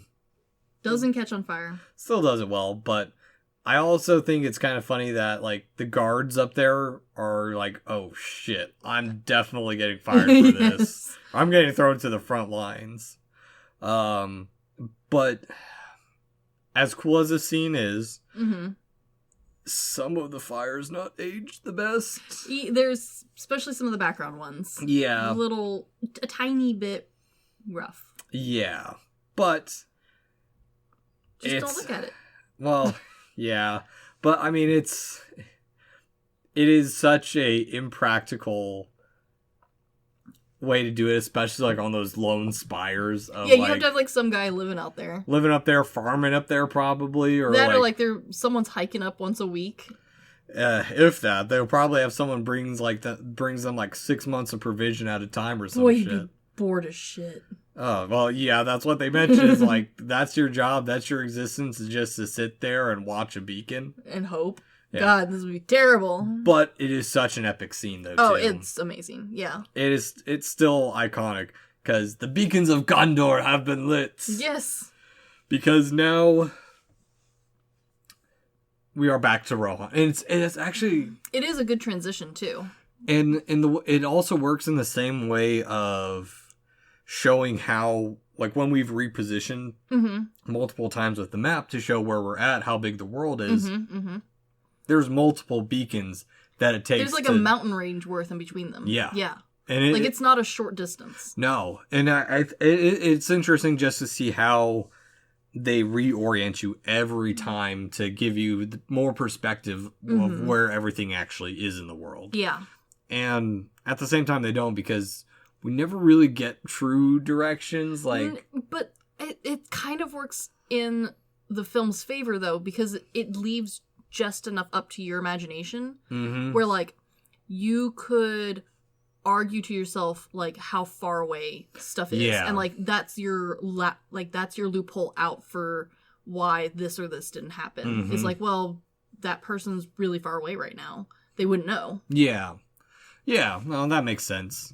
But now that they've been lit, Aragorn springs into action. Finally, he has something to do. Yeah, and despite bitching about Rohan not doing anything, I do appreciate that Theoden is still a man of his word and that they're going to follow through. He's like, well, we've completely glossed over that the last scene we saw him in, he was saying, what did they do for us? But at the same time, you could kind of read this scene as, like, Theoden recognizing that, like, Gondor isn't really calling for aid. No. Aragorn is. Yeah. And Theoden will respect Aragorn. Yeah, and I like that Aragorn is just kind of sitting there waiting for the sign. Yes. To, like, spring into action. Because he's been contemplated this whole time of, like, is he going to do this? Is he going to do that? And now the moment that it's been brought up, he's moved out of... how we talked about in the last movie, he felt like he was on a suicide mission the whole time. Yes. And that now he's found somewhat of a purpose. Yeah. He definitely feels like he's ready to actually take charge. Yeah. And I think it went down to all of Rohan rallying around him of like, he has something to him that... Yeah. And like being able to see that like the old alliances can be fixed. Like the current problem isn't necessarily that people don't have it in them. It's that the people who are currently in charge are corrupt. Yeah. And like he could fix that. Yeah. And he is the one who should, but he's I think he's still falling under the curse of his lineage in Isildur. And it just shows the running scar of family burden sometimes. Yeah. But now everyone's rallying. There's got 2 days to prep, because on the third day they leave for Gondor. Yep. But I also, there's that part in this where Éowyn is pretending to be good, and she's like, oh, or Aragorn's asking about their customs of like, hey, do all the women ride out? And she's like, we ride you out to the camps. Yeah. And that's where we'll see you off. Mm-hmm. But of course and she's not. No, because Aragorn lifts it up and she's got a sword hiding underneath her saddle. I need this for cooking. Well, she's a warrior princess, and I mean, hey, a sword can be used to cut vegetables. And we are on the road. You never know what's going to happen on the road. Yeah. But also, it shows Merry stepping up because he also wants to be an aide, and he's given the esquire position, which, for those who don't know, an esquire was basically a servant to a knight. Yeah. Most of them were wanting to become knights eventually, but for the most part, they were just kind of... the first step. Yeah, or just ended up being the servant to the knight, basically. Well. Yeah. Yeah. Feudal systems. But he's also going to be kind of left behind. I mean, he is child-sized. Yeah, and they had him picked up by Éowyn, and it was in order to make Merry a little bit smarter than in the book. Oh no, that's a little bit later on. Yeah, that's when they ride out. Yeah, that's when they ride out. But this is the start of their friendship, as like establishing that like the two of them can see eye to eye on like the fact that they want to help, but no one's really letting them. Yeah, and Yeah, I agree with this one bit. And I'll save that for when we actually get into them writing out. Yeah. Because it's more important in that part of the change in Mary's character from the book. Exactly. But there's also a line that Theoden says, the doom of our time will be decided. Which, part of the reason I think Lord of the Rings is so compelling is that we have both the optimist and the pessimist working together. Yes. And, like, neither side, like, at no point in the story is it fully, like, dark and nothing good will possibly happen. Like, there's always at least one character who holds on to hope. Yeah. And that feels so much more realistic than an all hope or an all dark and sadness sort of mindset. Like, this really broadens out the world. Yeah, and, well, not just the world, too, but, like, the characters. Yes. There's not just everyone's hoping for the way. And even then, all the pessimistic characters are the kings of old. Yeah. And, like, no one's unreasonably pessimistic. Well, yeah, they're reasonably pessimistic. Yeah, but they have literally watched their people be murdered.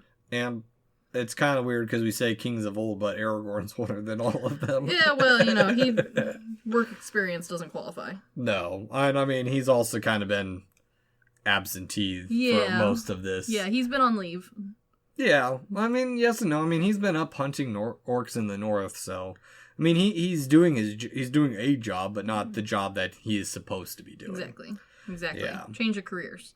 And now we cut back to the Battle of Orthanc, and the humans are definitely losing. Oh, are we? Which honestly, I think it just shows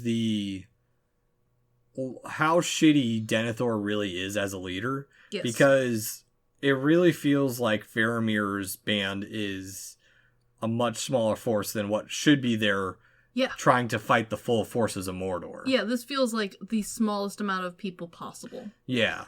And we also get that line of the time of men is, or no, the time of the orcs has come and the age of men is over. Which, I mean, a good I won this battle line. Yeah. Even if it's the wrong team. Yeah, and I don't know. I think it also shows Faramir's character where they've already lost so much. Yeah. And he knows where to save life when he can. And also that, like, you can tell that he's not necessarily fighting this because he believes in it. Mm-hmm. He's like, all right, we were told to fight. We knew we weren't going to do well. We did the best we could. We set up an ambush and everything. Yep. Time to go home. I'll take the brunt of this. This is my fault. Y'all go home. Well, it's not even really his fault. I mean, but it will be in the eyes of his father. Yeah. And it's just... Yeah,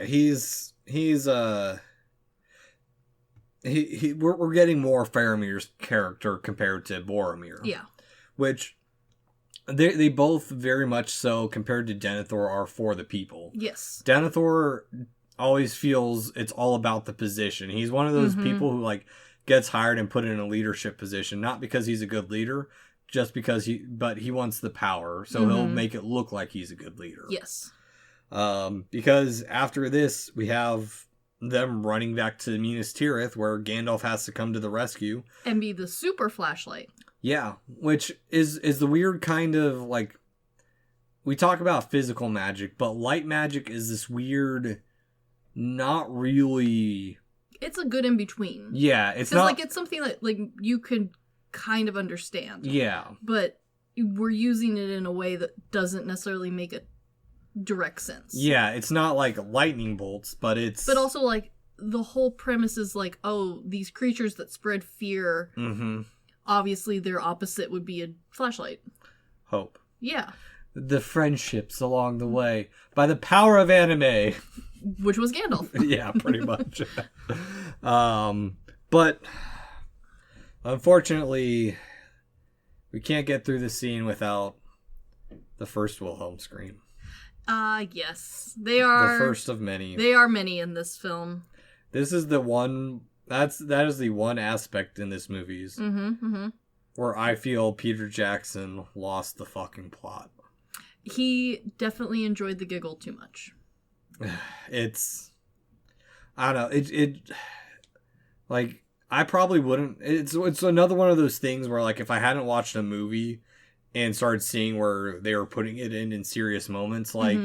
what was it? It was the second Grudge movie. Oh, yeah. Where they put the Wilhelm scream in at the very end, at the climax of it. At least Jackson's trying to put it into battles here and there, and intermixing it, but it's still in there, and it's not a very... It's not hidden. No, not... It's a very recognizable...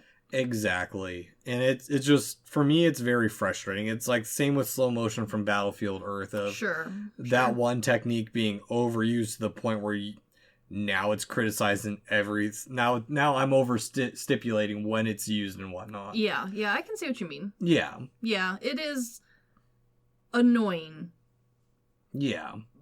But the visuals do help hide it just a little bit. A little bit. And if you didn't know it was a Wilhelm... If you didn't know what the Wilhelm scream was, you would probably would just be like, okay, whatever, the dude got flung from... But he got lifted up by the Nazgul. Yeah. It works. Which, I do love how chaotic and continuous and moving the shots are. Yes. It's very disorienting of, like, where which stuff is coming from, who's coming from what direction. Well, and also just the chaos of fleeing the battle. Is like, they didn't really flee. They got away from the orcs. But they're still being hunted down. Yeah, by a Nazgul. Yes. But their defeat also brings hope for everyone else. Because when Gandalf meets Faramir and he looks at Pippin, Gandalf realizes, oh, this isn't the first halfling you've seen. Yes. And he's like, yes, a couple passed by a few days ago. And so it gives them that little hope that, hey, Frodo and Sam are doing something. Yeah, like, they're not dead yet. Well, and this is also really the first news, and really the only news they'll have of Frodo and Sam until the very end. Yeah, which kind of adds, like, a nice layer, because, like, you don't want necessarily reports from your secret sneaking party. But it is nice to know they're not dead. Yeah, exactly. And that's one thing Peter Jackson does fantastically well with this entire movie franchise, is he gives us all the information, but he still shows how all the other characters are surprised and how learning they react. Yeah, exactly. Yeah, it's really well done. Yes. And now we cut back to Father Dickhead, who is yes, not happy that Faramir is back. Oh, God damn it, Faramir, you were supposed to die. Well, not even that he was supposed to die. He was like, I would have preferred if you had died on the battlefield, kind of thing. It's very much one of those things where, like, he's so delusional that he's, like, in his head, like, oh, your brother could have done it. Your brother could have made this impossible task possible. Yeah, and this is the part really where we get Faramir fighting back. Yeah, like, this is him trying to start to stand up for himself. Yeah, and I think it's in this moment, too, where Mary says that you wouldn't have recognized your son. He would have come back and you wouldn't have been Boromir anymore. Yeah. Because we also get these weird, like, little fantasy moments with Denethor where he's kind of losing his grip on reality, where he's starting to see Boromir in places he's not. Yeah. Yeah. And, like, it's not even necessarily actually Boromir. It's, like, this fake version that he's, like, made up from his memories of Boromir. Yeah. And... yeah, it's like it's not the prodigal son. I don't know. It's just his loss of grasp on reality that we're starting to see, and that has deadly consequences, actually. Yeah. But I think Denethor is an interesting character because what we saw with Theoden was corrupted and poisoned by outside influences. Yes. Denethor is an unhinged old man poisoned by his ambitions, but is cursed by his stunted status in life. Yes. Because in this moment, I can't remember if it's this one or the scene before, where he falls back and knocks into his chair, but the chair falls back a little bit. Yeah. Yeah. But, I mean, even then, I mean, it's all Isildur's fault. If Isildur hadn't fallen, then Gondor would still have a king. True. Yeah. But it's it's an interesting play on showing how the old ways are being corrupted and kind of leading to the ruin. Actually, because we talk about this in college and stuff with especially modernist art, or more the start of modernist art and the start of like modern architecture, where it was a rebellion against the old ways. Mm-hmm. We kind of see that in this way of like, not that it's a World War II or World War I allegorical story, but it's the old ways of doing things that kind of have led to almost the dooming of men. Yes. Yeah. Yeah. It's just an interesting aspect, I think. But now we cut back to the stairs. Oh, so many stairs. Yeah, we get that little great tempting of Smeagol. Mm-hmm. Mm-hmm. And in a way as well, Smeagol is Frodo's worm tongue. There's one for everybody. Yeah, little nasty words. Yeah. Finally, we get the assault on Minas Tirith. Yes. Or at least the build up to it. Because Merry's inheriting Faramir's armor from his childhood. I appreciate that there is just enough children armor in this world for the hobbits. Yeah, just enough. Just enough. Well, it's always hand-me-downs of like, of course, the king's son had armor as a kid. That's true. Even if it was probably just for like show. Yeah, they had to have something to look good in court. Yeah. And not that fine frilly shit that Aragorn wears. So much velvet. But it's a nice connecting moment because they are both, and that's the thing, because hobbits are such misfits in the world overall. Yeah. And Merry and Pippin both have their own like human companions that are misfits. Yeah. Eowyn's a warrior princess that's being forced into a more standard woman role, but in a different way, where she is a strong female character. She's also overstepping what she can actually do. She's overconfident for her actual ability. Yes. And both good and bad. I mean, it takes ambition to learn how to fly, but also like we are dealing with people's lives. Yeah, and especially it's something Theoden says later on that I'll get to that I think is quite compelling in what he does. Mm-hmm. But also Faramir and Merry. Yeah. Or sorry, Faramir and Pippin. They have that same kind of. It's short-lived, but they have that same kind of relationship of they're both misfits in everything. Yeah. But I don't know. You do really start to feel bad for Faramir because this is the part where Denethor basically is twisting Faramir to go out to fight. Yeah, where he's like, either you do it or I'll send the child-sized person to go do it. Yeah. Look at him. Yeah, and that's where Faramir's like, you know what? Screw it. This is what you want. Yep. I will do it. Yeah, it's just him goading his son to die. Yeah. And just kind of his loss on reality that, like, this is your one son, like... Like, can't you think of a better plan? Yeah, Boromir's not coming back, man. No. And so, now we cut back to the steps again. Their legs have got to be tired. This is a lot of stairs. Yeah, where we get to see Gollum continue his plans of dropping the breadcrumb. He's getting very sneaky. The Lembas bread. Yeah. He drops all that shit. And then, this is the good use of, oh, yes, I was sneaking, as he says it to Sam, but it completely goes over Frodo's head. Like, because we get these back and forth, and this is what's great about all this build-up, is there's this constant back and forth taunting. Yes. And, like, every time you finally, like, get to see Smeagol and, like, be true to his grimy self, you feel like, aha, I knew it. Yeah. I knew you were a bitch. I knew by the look in your eyes. Oh, no, that makes me think of, what was that, The Pretenders. I may not know my flowers, but I know a bitch when I see one. Yes.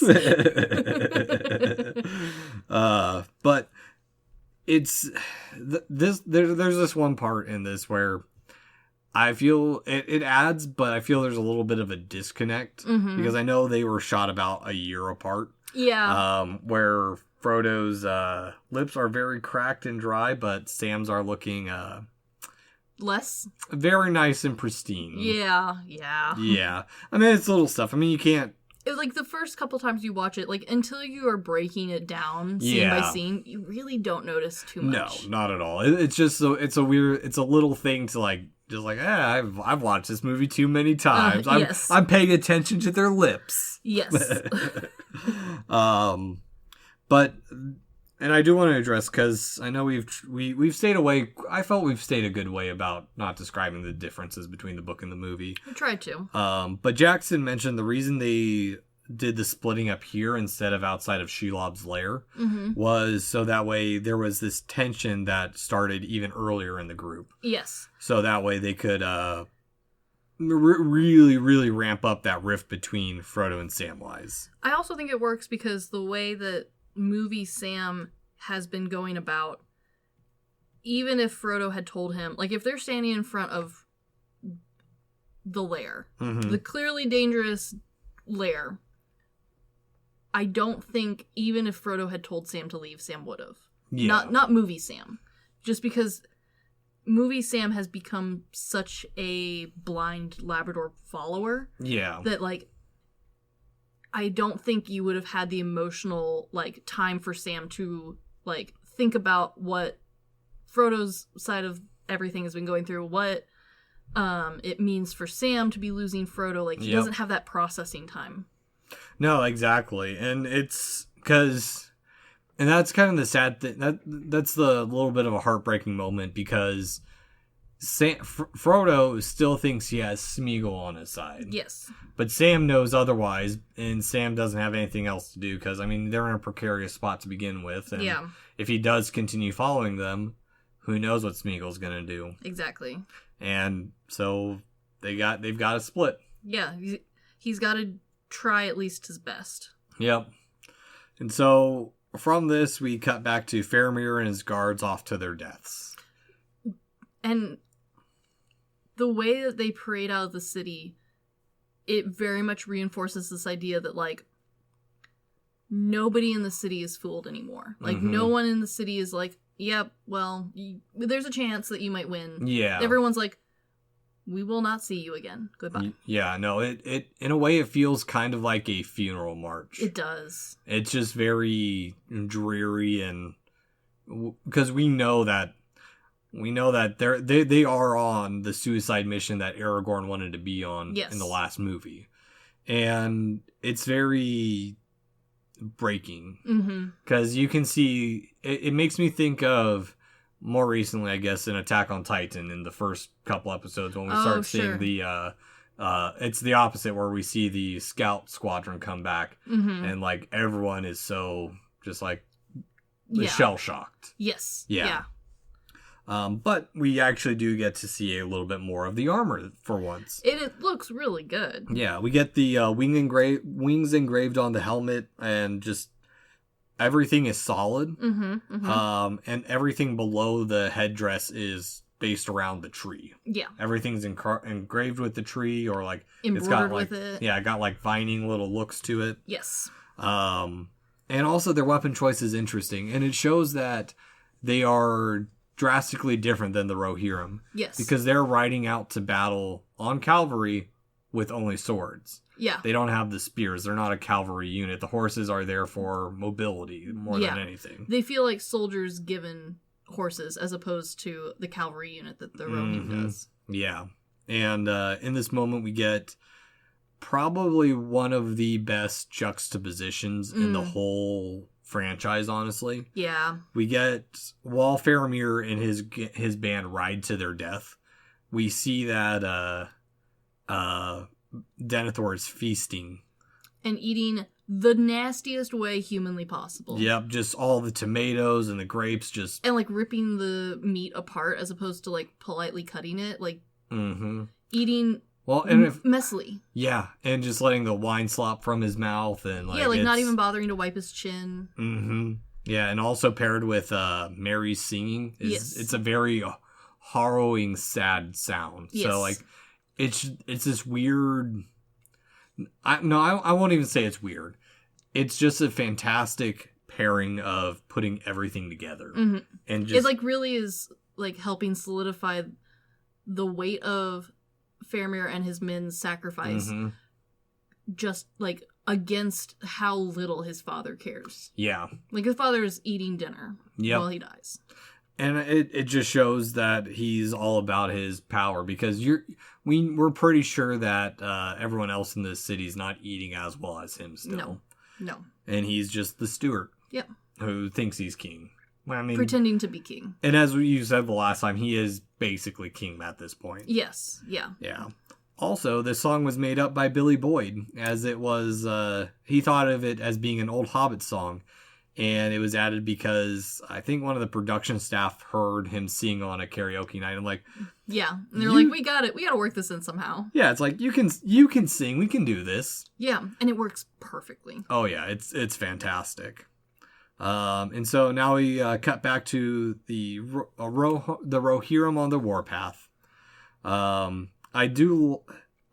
There's so much to like the little designs that the tents even have like that little Celtic band around them. Yes. And like where Gondor feels like a solidified city, all of the Rohirrim feel very much like tribes coming together under one banner.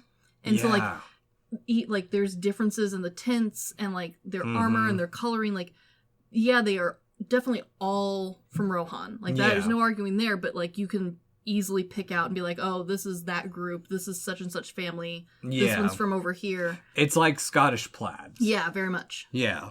But I love that they put that little detail in, because they could have easily just made the tents plain and boring. Yeah. Like, and it would have been fine, but it's that level of detail. Yeah. Of like, and it like helps solidify in your head why they've had so much trouble getting everyone together, because it's not one king telling everyone, it's one king and a bunch of lords who probably have their own stuff going on. It feels very medieval England. Very. And we also start to build up of something calling Aragorn. We get to see the opening to Dunhold, which feels very much like a scar on the land. Yeah.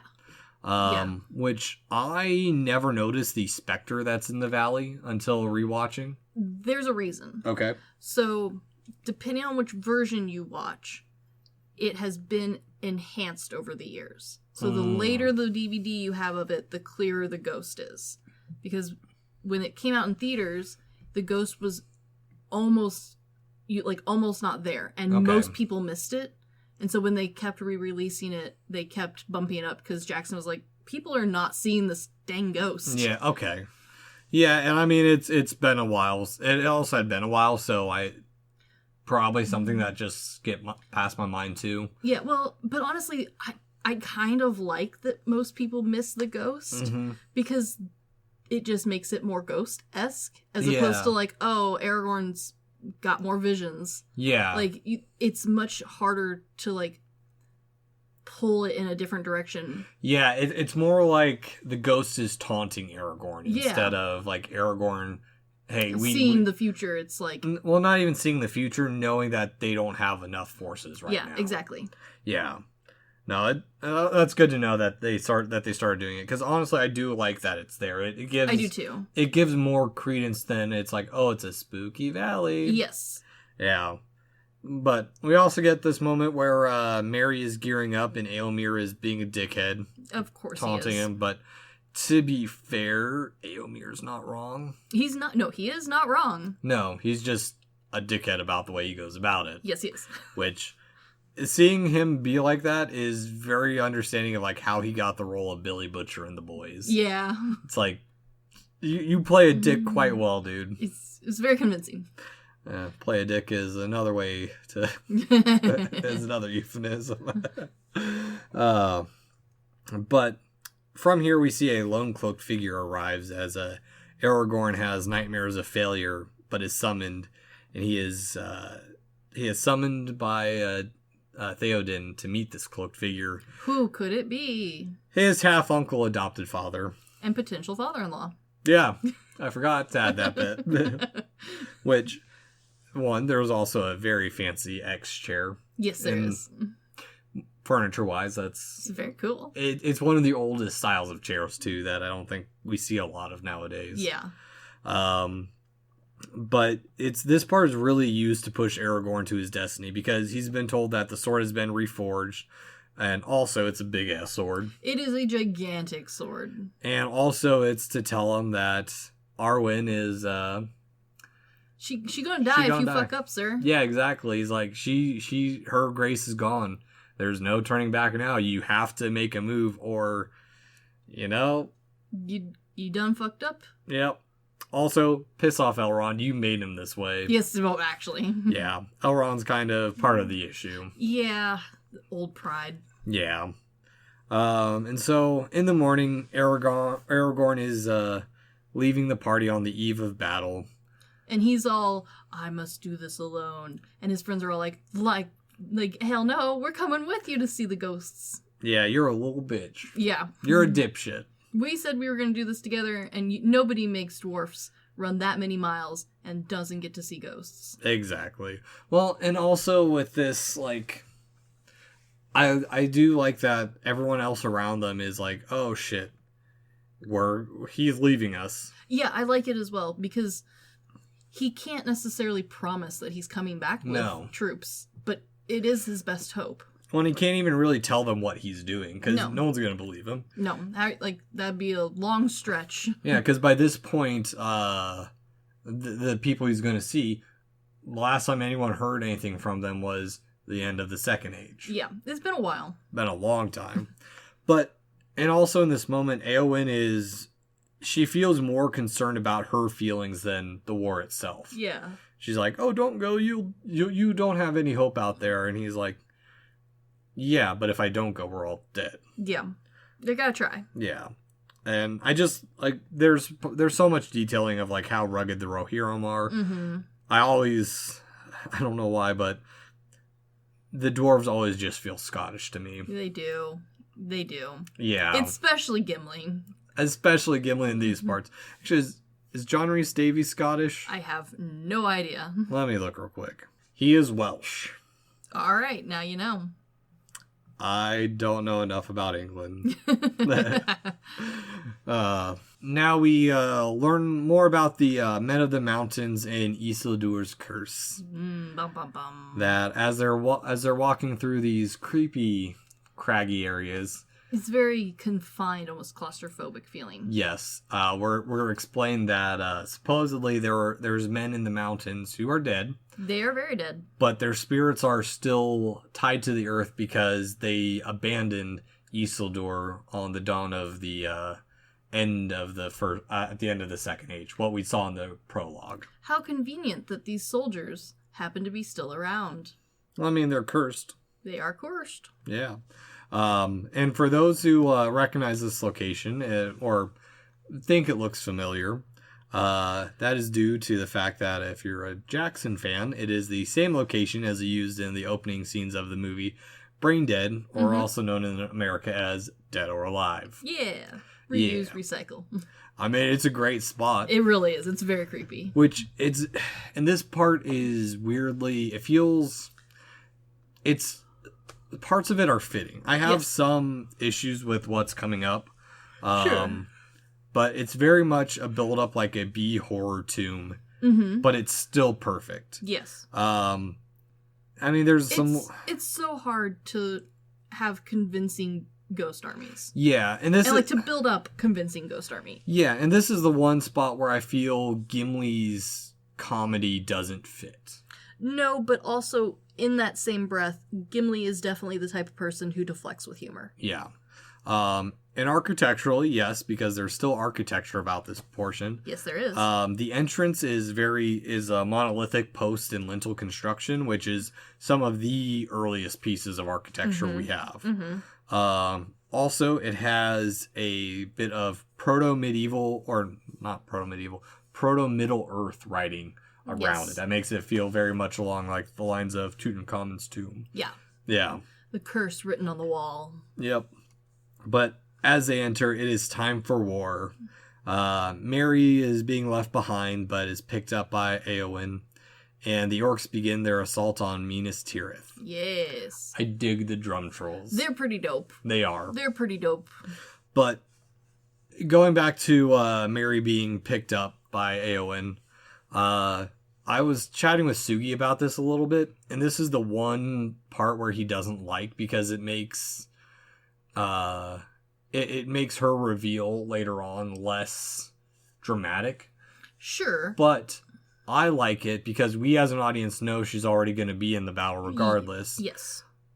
And it makes Merry's character not as dumb as he is in the books. Because in the books he is real dense. He does not recognize who he's been picked up by. No, not at all. For like days. Yeah.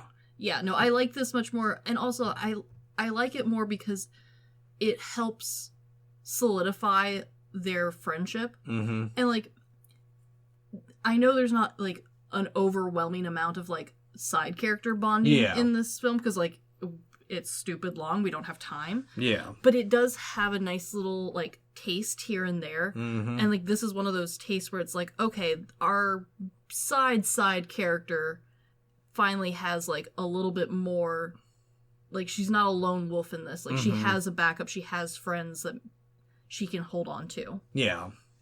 Yeah. Just like, a they little can bit. Support each other into their death. Yeah, or not even then, it's just, there's a level of hopefulness with them that they're going in with camaraderie. Yes. Compared to, like, Faelmir and Pippin, where it's less camaraderie and more of like a duty. Yeah, well, not even duty, just understanding. I'd say just something along the lines that he understands that he'll take the death over knowingly. He'll die himself instead of knowingly sending this smaller being to their death, kind of thing. And so, from this moment, into the chasm the trio goes to the city of the dead. Yes. Which, the twisty camera work is really good at disorienting ourselves and the characters. Mm-hmm. And I have a little bit of love-hate for Gimli's comedic little bits of, like, blowing the ghosty smoke hands away and... Sure. I get where you're coming from. I like it because it solidifies who Gimli is. Yeah. And if he hadn't reacted with some amount of, like, humor, it wouldn't have been Gimli. Yeah, not taking it serious. Yeah. Is what it is. But, yeah. And for me, this area architecturally makes me think of, like, the Egyptian tombs. Sure. Where they're carved out the rocks. But it was actually inspired by Petra in Jordan, which is a famous city known for its rock-cut architecture from the 4th century BC. Yes, I can see what that is. Yeah. As well, these men, they had to do some difficult things with them. First off, they're men from an ancient age, but they fled. So trying to find the style for them that's also kind of rotting at the same time. Mm-hmm. And they had to weave in practical effects and some other special effects because... I didn't realize how old this other franchise is. Pirates of the Caribbean did something similar the year this was released. And they all went, oh, they have dead ghosts too. Yeah, they're like, oh shit, you guys did it well.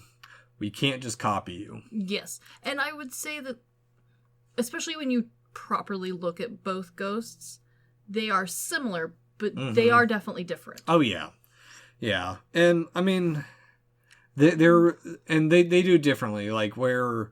Pirates of the Caribbean is very much in specific conditions is where they phase in and out. And this one is where they're constantly in flux. Yes. Sometimes they'll be more ethereal ghostly, sometimes they'll be more skeletal, sometimes they'll be more rotting. It's kind of like this, makes me think of that System of a Down music video. Yeah, just a little bit. Not to that extent, but... Well, and I think it also helps that the color palette for the ghosts is solely green and white. Whereas the Pirates of the Caribbean one lean very heavily into the beef jerky realm. And I think that works because then that gives like a visual texture to help differentiate between the two. Like they do feel different because of that. Yeah. Well, yeah. And I also like their overconfidence of like, yeah, you guys are dipshits. And then there's that one part where like you hear a sound and they're like, well, the path is closed. You're dead now. Yeah. It's like they specifically lured them in. Yeah. Which I don't know why would they keep doing that. I know I know lore-wise there was someone else who went there, and then they never heard back from them.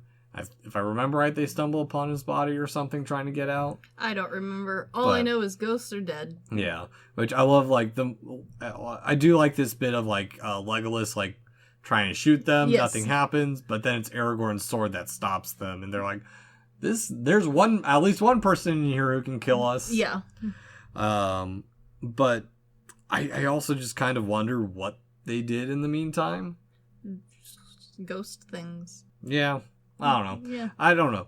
I mean, the city's supposed to feel like it's been abandoned and just is a city of the dead. So, I mean... And it works. Yeah, who knows? Maybe they have ghost markets and they pretend like things are normal. Yeah, maybe. Yeah. But as the trio's left to go, we get a flood of skulls and nothing else. Yeah, I love how one of the writers is like, wait, where are all the leg bones? Yeah, they're it's a good question. Yeah, I mean, it looks cooler. Really cool. Yeah, just ahead of like a flood of skulls. No, it looks so cool. And only the top skull. We don't have any jawbones either. No, it's just the round part. Which the sound they make is just a bunch of walnuts. Ooh, yes, accurate. Yeah, which I've decided the next Elder Scrolls game, I'm not going to have a room of cheese. I'm going to have a room of skulls. Do it. If it lets me. I'm sure that will be a thing. Oh, yeah. But also, the one thing I love about this franchise as well is that the bearers of burden are never fully on their own, and it doesn't fall into that anime category where it's like the one hero to save everything. Yeah. They're always being supported and having to rely on their friends to even be successful. Yes. And now we finally get our first conflict of Minas Tirith. Ah, yes. Or, sorry, they get out and the guy pops out and says, "We will help you." Mm-hmm. Which... I think that was added in the extended bit because it's not in the theatrical. Because that was the other big part that Sugi wasn't a fan of. Is it makes where the second half of the movie picks up. It There is a surprise factor, but at the same time we already know. Yeah, like it's not that much of a surprise. Well. And I had never read the books at that point, and it was a surprise. So sure. Yeah, I mean it's the one part where the theatrical version did do better for new audiences rather than the people who have seen it or read it a million times.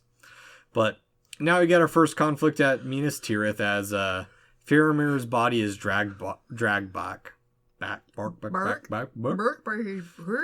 Yeah, Faramir's dragged back. I almost said bark again.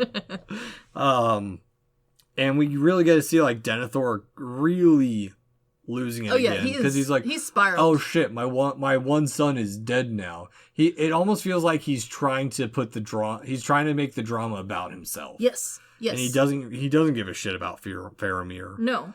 But we cut back to the army, which is much more organized than any of the armies we've seen before. Yes. At least on Sauron and Saruman's side, because Saruman's just felt like a bunch of war parties that were brought together. Yeah. The only time we saw them marching really was on their way to Helm's Deep. Yeah. And once they're there, they're all just kind of rabbled around together. Yeah, they're not in formation of any kind. No. This one, everything is organized in information. Yes. Which the orcs are in formation. The warg in this part has a very Chihuahua energy. Yeah, it does, doesn't it? Yeah. Also, I do think the skull on the orc's helmet is dope. I like it too. I also like that the writers think very heavily that was its mom's head. He carries her around with him. Like Cubone. Yeah. Only orky. But orcs have moms. The writers just liked the thought. Yeah. It is not lore. No. But speaking of orcs, we've brought them up in the past that there's differences between the iconography of men, but orcs also have some variation. Yes. Gothmog, the big orc that we saw in the Chihuahua, the deformed one, which... The squishy one. Gothmog is also the name of the Balrog that we saw in the first movie. Ha. But this Gothmog is portrayed by Lawrence McCoy. who we do have a correction to make from the last episode. Yeah. He did not play the menu orc. That was he did portray Lurtz. Yes. And also the Witch King. Yes. He is the big Maori guy. But Gothmog's appearance was inspired by Joseph Carey Merrick, who is better known by the stage name The Elephant Man. Yes. Yeah. Which I still need to see the David Lynch movie on that too. But also in like design wise, Sauron's orcs, they had to exceed the Uruk-hai. Like they were the superior of all the orcs. The better ones. Yeah, all the orcs we've seen before have either been just kind of like the runts of the litter. The Uruk-hai were a corruption and perversion even further than what the orcs are. These are the quote-unquote pure orcs. The best orcs. Yes. And they design-wise, they have a more skeletal and diseased look without having the, as they were described, witch noses. So like the big crooks, they felt more closer to elves than anything else we've seen. Which I think really works because their disease feels like they're corrupted in a different way because they are closer to Sauron. They're closest to the root of it all. Yeah. And also their war tactics are much more organized and I feel they're more in line with the Witch King, who is really the leader of this army. Yeah. Because them sending the heads of the Faramir band into them. That's devious. It is. That's some smart, tricky shit. Terrifying. Yeah. No. But it's also, we haven't seen these type of tactics before. No. Because even the other ones would have just charged in. No, and that's exactly what we saw at Helm's Deep. Helm's Deep was the last major orc army we saw. And even then, like, their tactics were brute force. They're going to blow up this one opening. Yep. And they're going to just swarm over everything like the cockroaches or like the orcs of Khazad-dûm. Yeah. Yeah, it's very much a different tactic because then they start launching their trebuchets, which I do like that the design team's like, hey, everything we're doing in this, we have to guess. Even if you're trying to be historically accurate, we lost so much stuff in the medieval ages, and even the depictions, they're not to scale. There's no engineering drawings. No. They're all just artistically represented and perspectives are off. Yeah. Because, fun fact that I also kind of forget, perspective wasn't invented until the 1400s. Yeah, and there was also a lot of, like, drawing things based off of some guy who some other guy had described it to him. Yeah. So there's a lot of, like, is this really what that looked like? I don't know. Yeah. They don't either. It's like, I was talking with our team at our team building on Thursday, that people forget that old taxidermy, part of the reason it looks so bad is because they were trying to form a pelt to something that they had no clue what it looked like. Yeah, they had no idea what it looked like. Yeah, if you get a chance to look up medieval taxidermy, it is awful. It is very bad. But also in this moment, we really get to see how weak of a leader Denethor is. Yes. He is useless. Yeah, he tells everyone to flee, abandon your posts. It's over for us. Yeah. Because it's over for him. His legacy's dead. Yeah. And he's just a little dipshit. But I also, it's a good way to show Gandalf really having to take charge and not be the light-handed guiding force that he's been this entire franchise. Exactly. Also, I don't know why none of the civilians took shelter. There's so many shots of people just running around the streets. Running around the streets and just like gawking and getting smacked with the trebuchet debris. Yes, but at the same time, accurate. Yeah.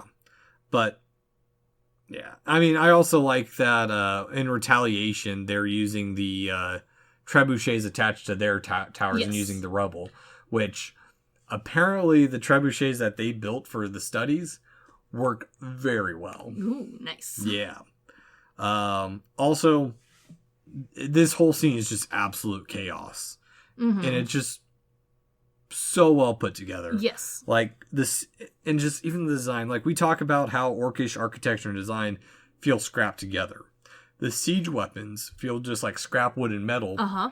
But they're better designed than the Helm's Deep ones. Yes, like they've had more time to work on them, it feels like. Like, they've actually thought through of, like, hey, I don't need this opening here kind of stuff. Or, like, hey, maybe we should actually put order to this. Yeah. Yeah, it's nice to see all this lead up. Because also we get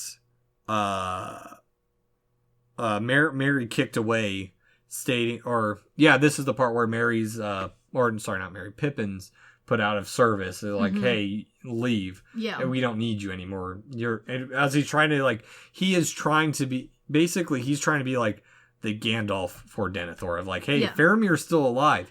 He needs medicine. He's not dead yet. You guys are giving up hope to her, or not giving you up guys. Too early. Denethor, you're giving up too early. Yes. Which we do get to see Gandalf be a badass in this whole scene. Yes. Like, I just love that little, like, warrior, like, staff and sword. The double wielding. Yeah. Yeah. It's because we don't really see that in anything else in Middle Earth. No, it's just him. Yeah, it's cool. Very. Because as we've talked about, some of these movies end in weird spots, and this is the weirdest of them. It feels very just like chalk. But at the same time, it doesn't, because the next part starts off so strong. Yeah. Because here comes Grond, the orc battering ram. It looks so cool. Which I love this part too, because they're bringing out Grond, but the original battering ram party is just piles of bodies that have been shot down, and they're still trying to do it. They're just like walking over themselves. Yeah. Yes. But also the characters that push Grond were suggested by Alan Lee, not Christopher Lee, but Alan Lee, to be a new creature, as they are mentioned in the book, but they're not really described. So it allowed them to create like a dinosaur-esque. Yeah, almost like a rhino dino. Yeah, exactly. And yeah, that's where that movie cuts off. Yeah. Yeah. And I mean, this part in the movie is a bit different. Just the way they started off, it's definitely shifts the story more towards Gollum. Mm-hmm. And it's still a story about Frodo and the Ring, but Gollum almost becomes the set aside main character. Yeah. Like, he's there, but he's really not. He definitely is starting to have more footing as a proper bad guy. Yeah. Like a proper obstacle. Yeah. No, I completely agree with that. And he did, if you want to see what Circus looks more like in real life, he's Smeagol in the beginning of the movie. Which there's just this, it's really a build-up. Mm-hmm.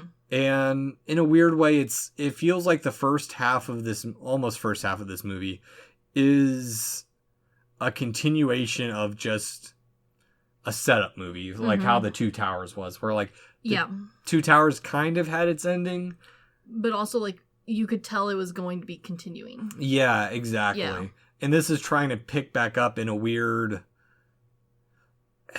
chapter-like method. Yeah, this is definitely the most cliffhangery of all of it. Yeah, and it's not, and there wasn't really a way to interweave it like how in the start of the Two Towers when they're trying to find Merry and Pippin, and they're going through we're piecing this together as we go. Yeah, kind of thing. It's like, hey, there's no information crossing these borders. No one knows what's happening to these people. No one knows what's happening on this side. Yeah, we are fully isolated now. Yeah, and so I understand why that's such a hard way to interweave everything. Yeah. And why we have to do a bunch of flip-flopping back and forth between everything in this movie specifically. And honestly, I think this is one of the few times it works, partially because the alternative would be to tell one story and then the next and then the next, and the time jumping just wouldn't be as smooth. Yeah, and that's how the Two Towers is set up. The first half of the book is Aragorn and company, and Merry and Pippin, of course, and then the entire second half is Frodo's story. Yeah, and it works in a written sense, but I think for a movie it just would have you would lose interest. Yeah, exactly. And I mean, we say it's a cliffhanger, but it's a cliffhanger because this is where we're ending the episode Yes. because we can't really continue. There's a lot more to go through, especially in the second half of this movie. War is coming. War is here. The doom or the battle of our ages is here. Whatever way you want to look at it. And I don't know. I actually don't really have a way to end this part because it's a continuation. There's not really a conclusion that we can talk about because we are in the middle of everything at this part. Yep. So Yep. Yeah, I think that's where we'll end it for that part. So yeah, so we'll be back at part 2. Yes. So this has been The Good, the Bad, and the Weird. Thanks for listening. Peace.